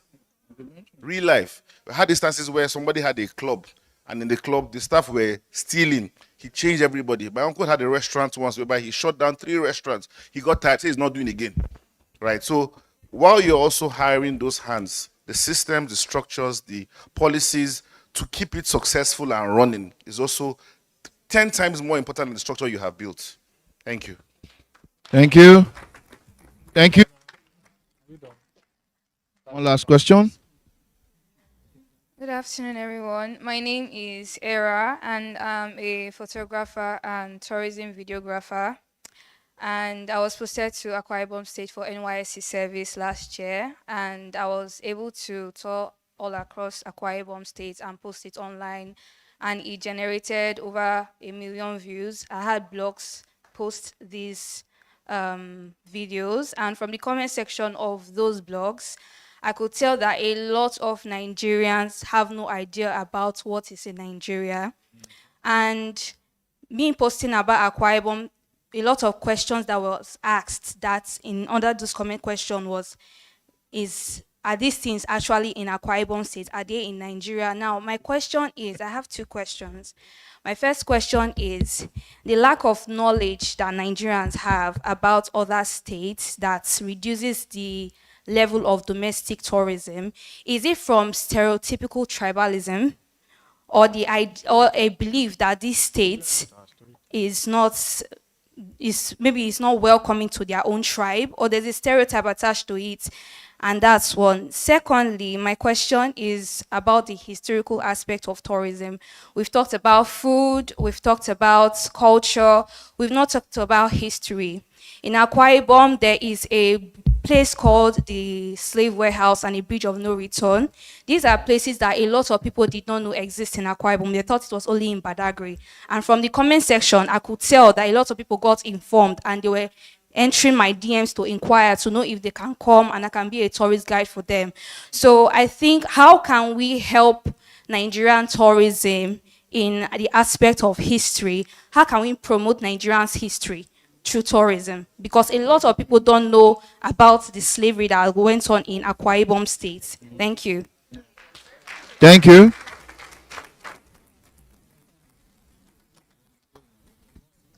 So I feel I need to answer this question because I am now living in Uyo, between Dubai and Uyo.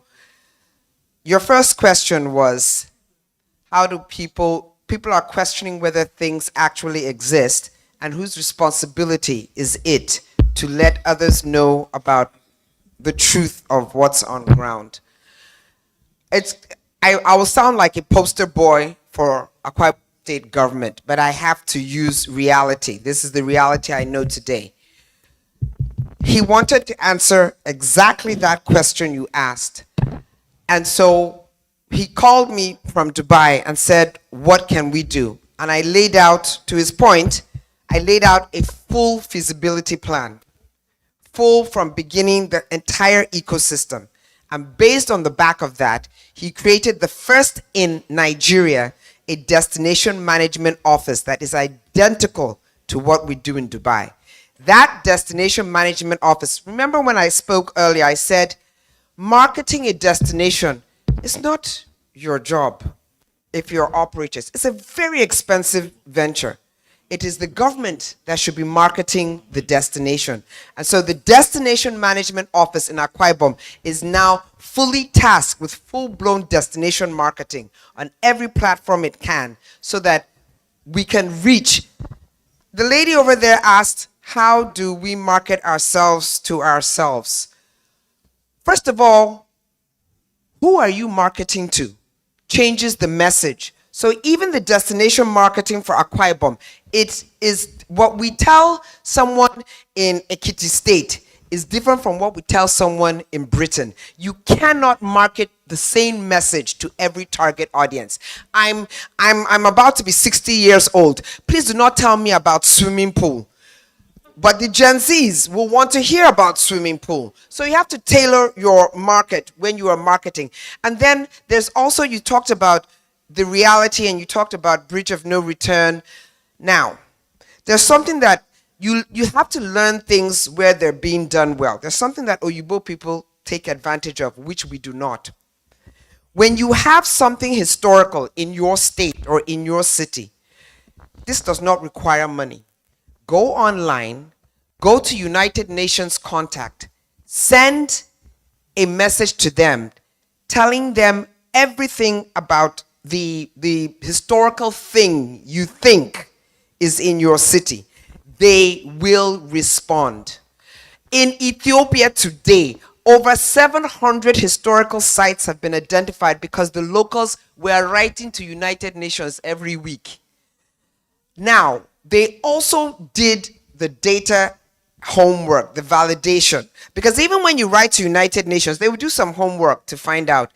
This same Akwa Ibom, people kept telling us, oh, the amalgamation house is in Ikorabasi, and we need to renovate it, and we need to do it. So I arrived to you and I jumped into this amalgamation house story. How many of you know that the amalgamation of Nigeria did not take place in Nigeria? It was not signed here. Google it. It was signed in the UK. That's where it was signed. And then the celebration was done here. Do your homework. I'm not the one to tell you. Google it. So me now going to United Nations to tell them that the amalgamation house is in Ikorabasi, I'll become a fraud. Do your homework. A lot of there's a lot of history here. She's absolutely correct, but don't take it at face value. Unfortunately, in this country, is the subject history taught in your schools?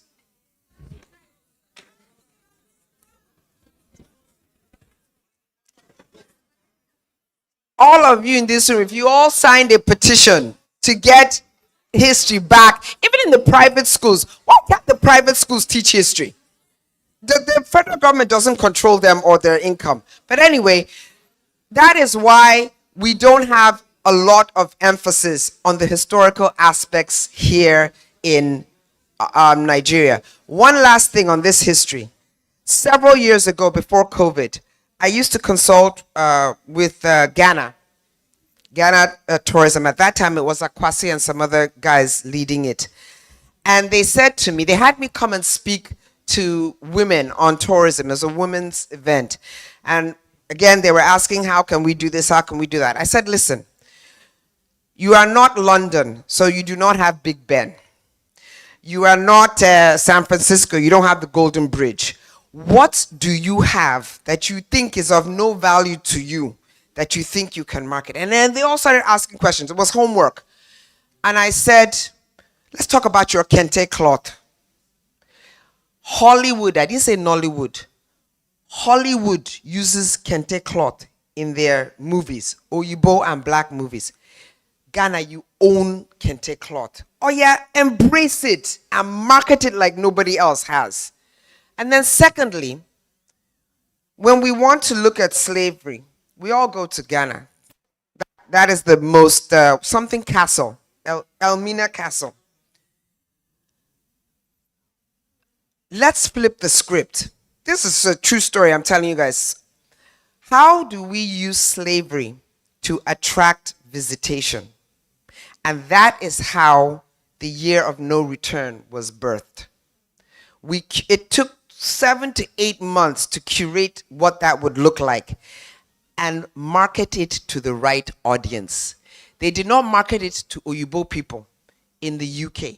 They marketed it to Black Africans in America who already had a passion for where they came from. They did not waste their money. You will never find year of return marketing in France. They did it in America. And in that first year, I showed up at Kempinski. Kempinski had close to 300 to 400 rooms. Every single room was sold out. Americans came because of year of return. Find what you have here and market it to the right audience. That's the way you can grow your domestic tourism and grow your business.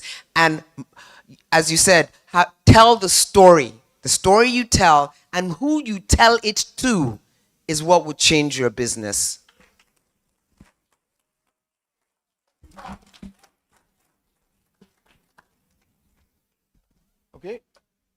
Okay, just in 60 seconds.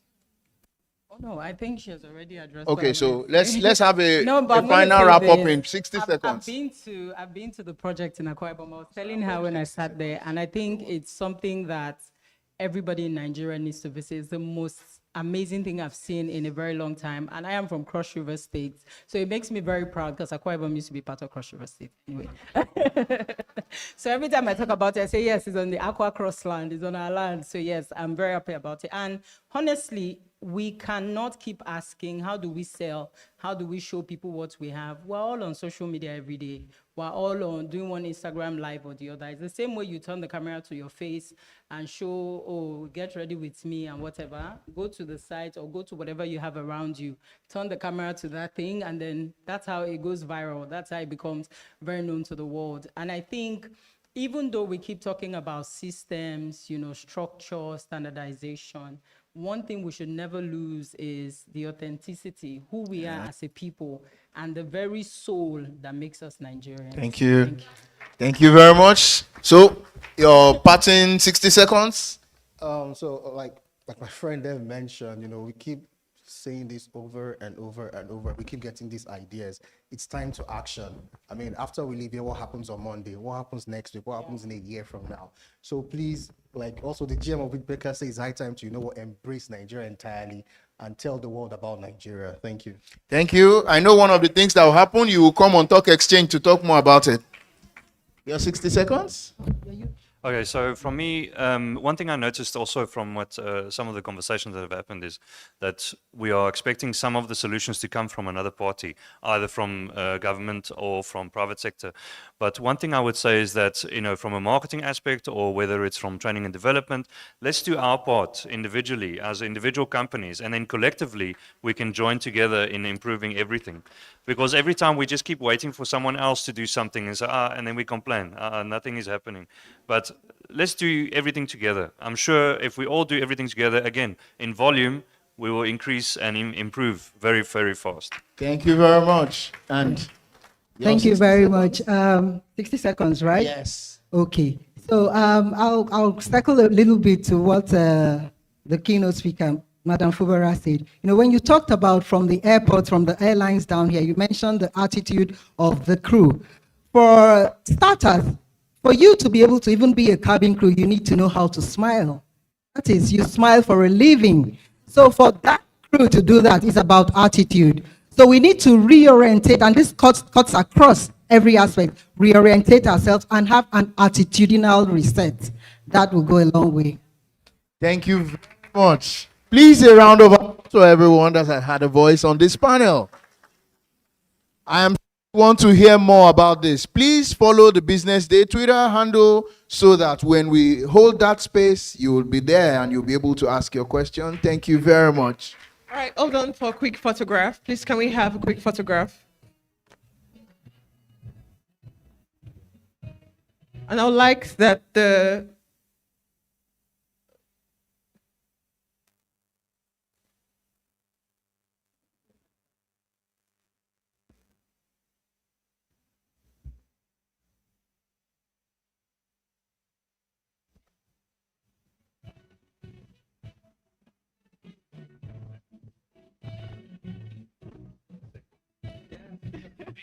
All right, thank you very much. Please, a round of applause for our moderator, Bam Bam, and also our panelists. Please, a round of applause. Are we tired? We're about to join the curtain. When I stood here earlier, I spoke about $500 million. If you're around when I spoke about that, can you wave your hands? Oh, not so much people. All right, you can check your account now. I'm sure the money that started going around. All right, as we draw a close, draw the curtain on today's conference, I would like to invite the BusinessDay or BusinessDay Media Limited Deputy Editor-in-Chief, Dr. Innocent Umar, to deliver the closing remark. Please put your hands together for him as he delivers the closing remark.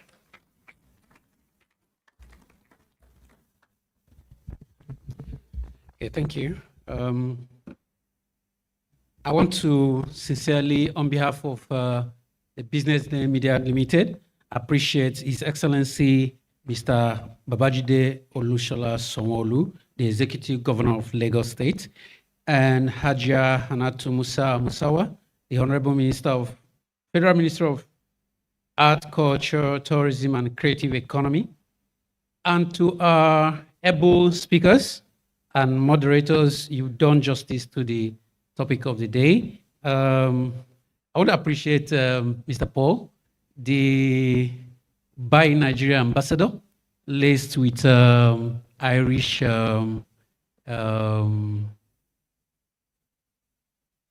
Irish fun. It was very good insight. We've heard from you all in terms of how we can build this industry and make it to be investment ready. Essentially, what I got is that we need to build an ecosystem and then build also a sustainable connect with the host communities, properly brand, package, and promote the Nigerian hospitality industry, and most especially for Nigerians to segment the hospitality narrative of Nigeria, given the size and diversity of what we offer to the world, so that it is not a sort of one size fits all. We have to customize the experience depending on the different cultures. We have over 150 cultures in Nigeria, and we need to learn to speak the language of the respective cultures and then export them to investors. We at BusinessDay will be tracking, we'll be reaching out to you from time to time to follow up, to be tracking how the conversation is going. We continue the conversation and how we are making sure that we don't just end up in ideation and talks, but that we move consistently, deliberately, and effectively towards investment readiness. Thank you very much for coming and to wonderful questions. We appreciate you, and we hope that whenever we call again, you will be here with us. Thank you. Please, a round of applause for Dr. Innocent. Hold on, hold on, hold on. We're not done. Wait, you should check. What bank do you use? That's the problem. You should use something you can, get on time. All right, thank you so much for spending your day with us. We've come to the close of this event. If you enjoyed watching me, you can subscribe to BusinessDay Television. There you will get to see more of me and also business and insightful topics for you all. My name is Deborah Eze, and it has truly been an honor being your master of ceremony today. Please drive safely, and I hope to see you at future BusinessDay events. Do have a lovely day. When you think about the things to do in Lagos, what comes to mind? The energy, the people, but most importantly, the food. From street side favorite to fine dining experience, food is at the heart of how we connect, celebrate, and unwind. And in luxury hospitality today, food and beverage isn't just an add-on, it's a major part of.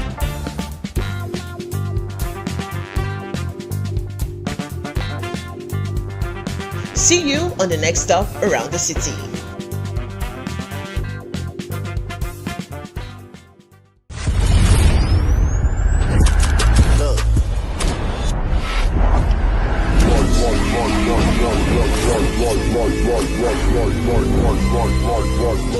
Crackers won't play in fair job.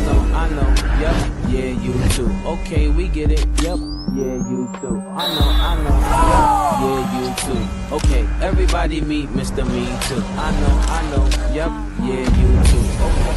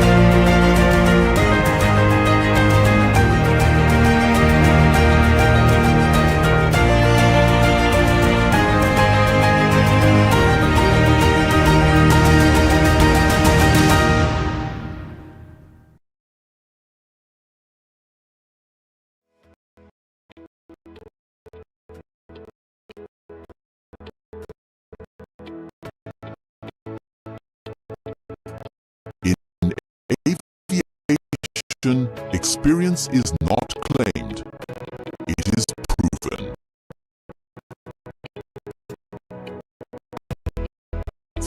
For over 6 decades, we have connected people, businesses,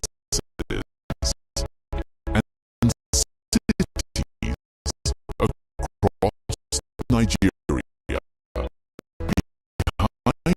Every departure is a team defined by precision, discipline, and an uncompromising commitment to safety,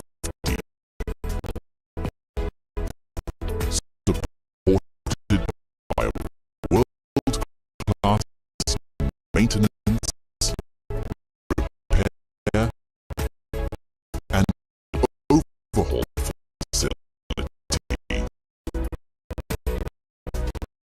ensuring every aircraft meets the highest standards of reliability and performance. From check-in to boarding, every detail is handled with efficiency, care, and professionalism. In the air, we deliver more than a journey. We deliver comfort, reassurance, and peace of mind. Reliable schedules, strategic connections, a network designed to keep you moving.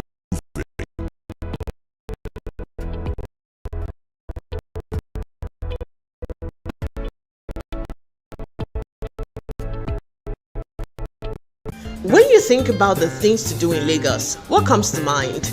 The energy, the people, but most importantly, the food. From street side favorite to fine dining experience, food is at the heart of how we connect, celebrate, and unwind. And in luxury hospitality today, food and beverage isn't just an add-on, it's a major part of the experience.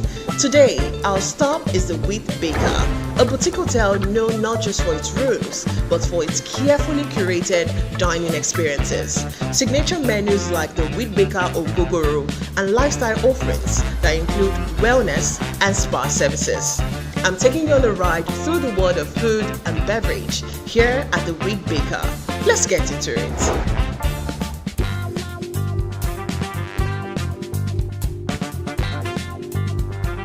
See you on the next stop around the city.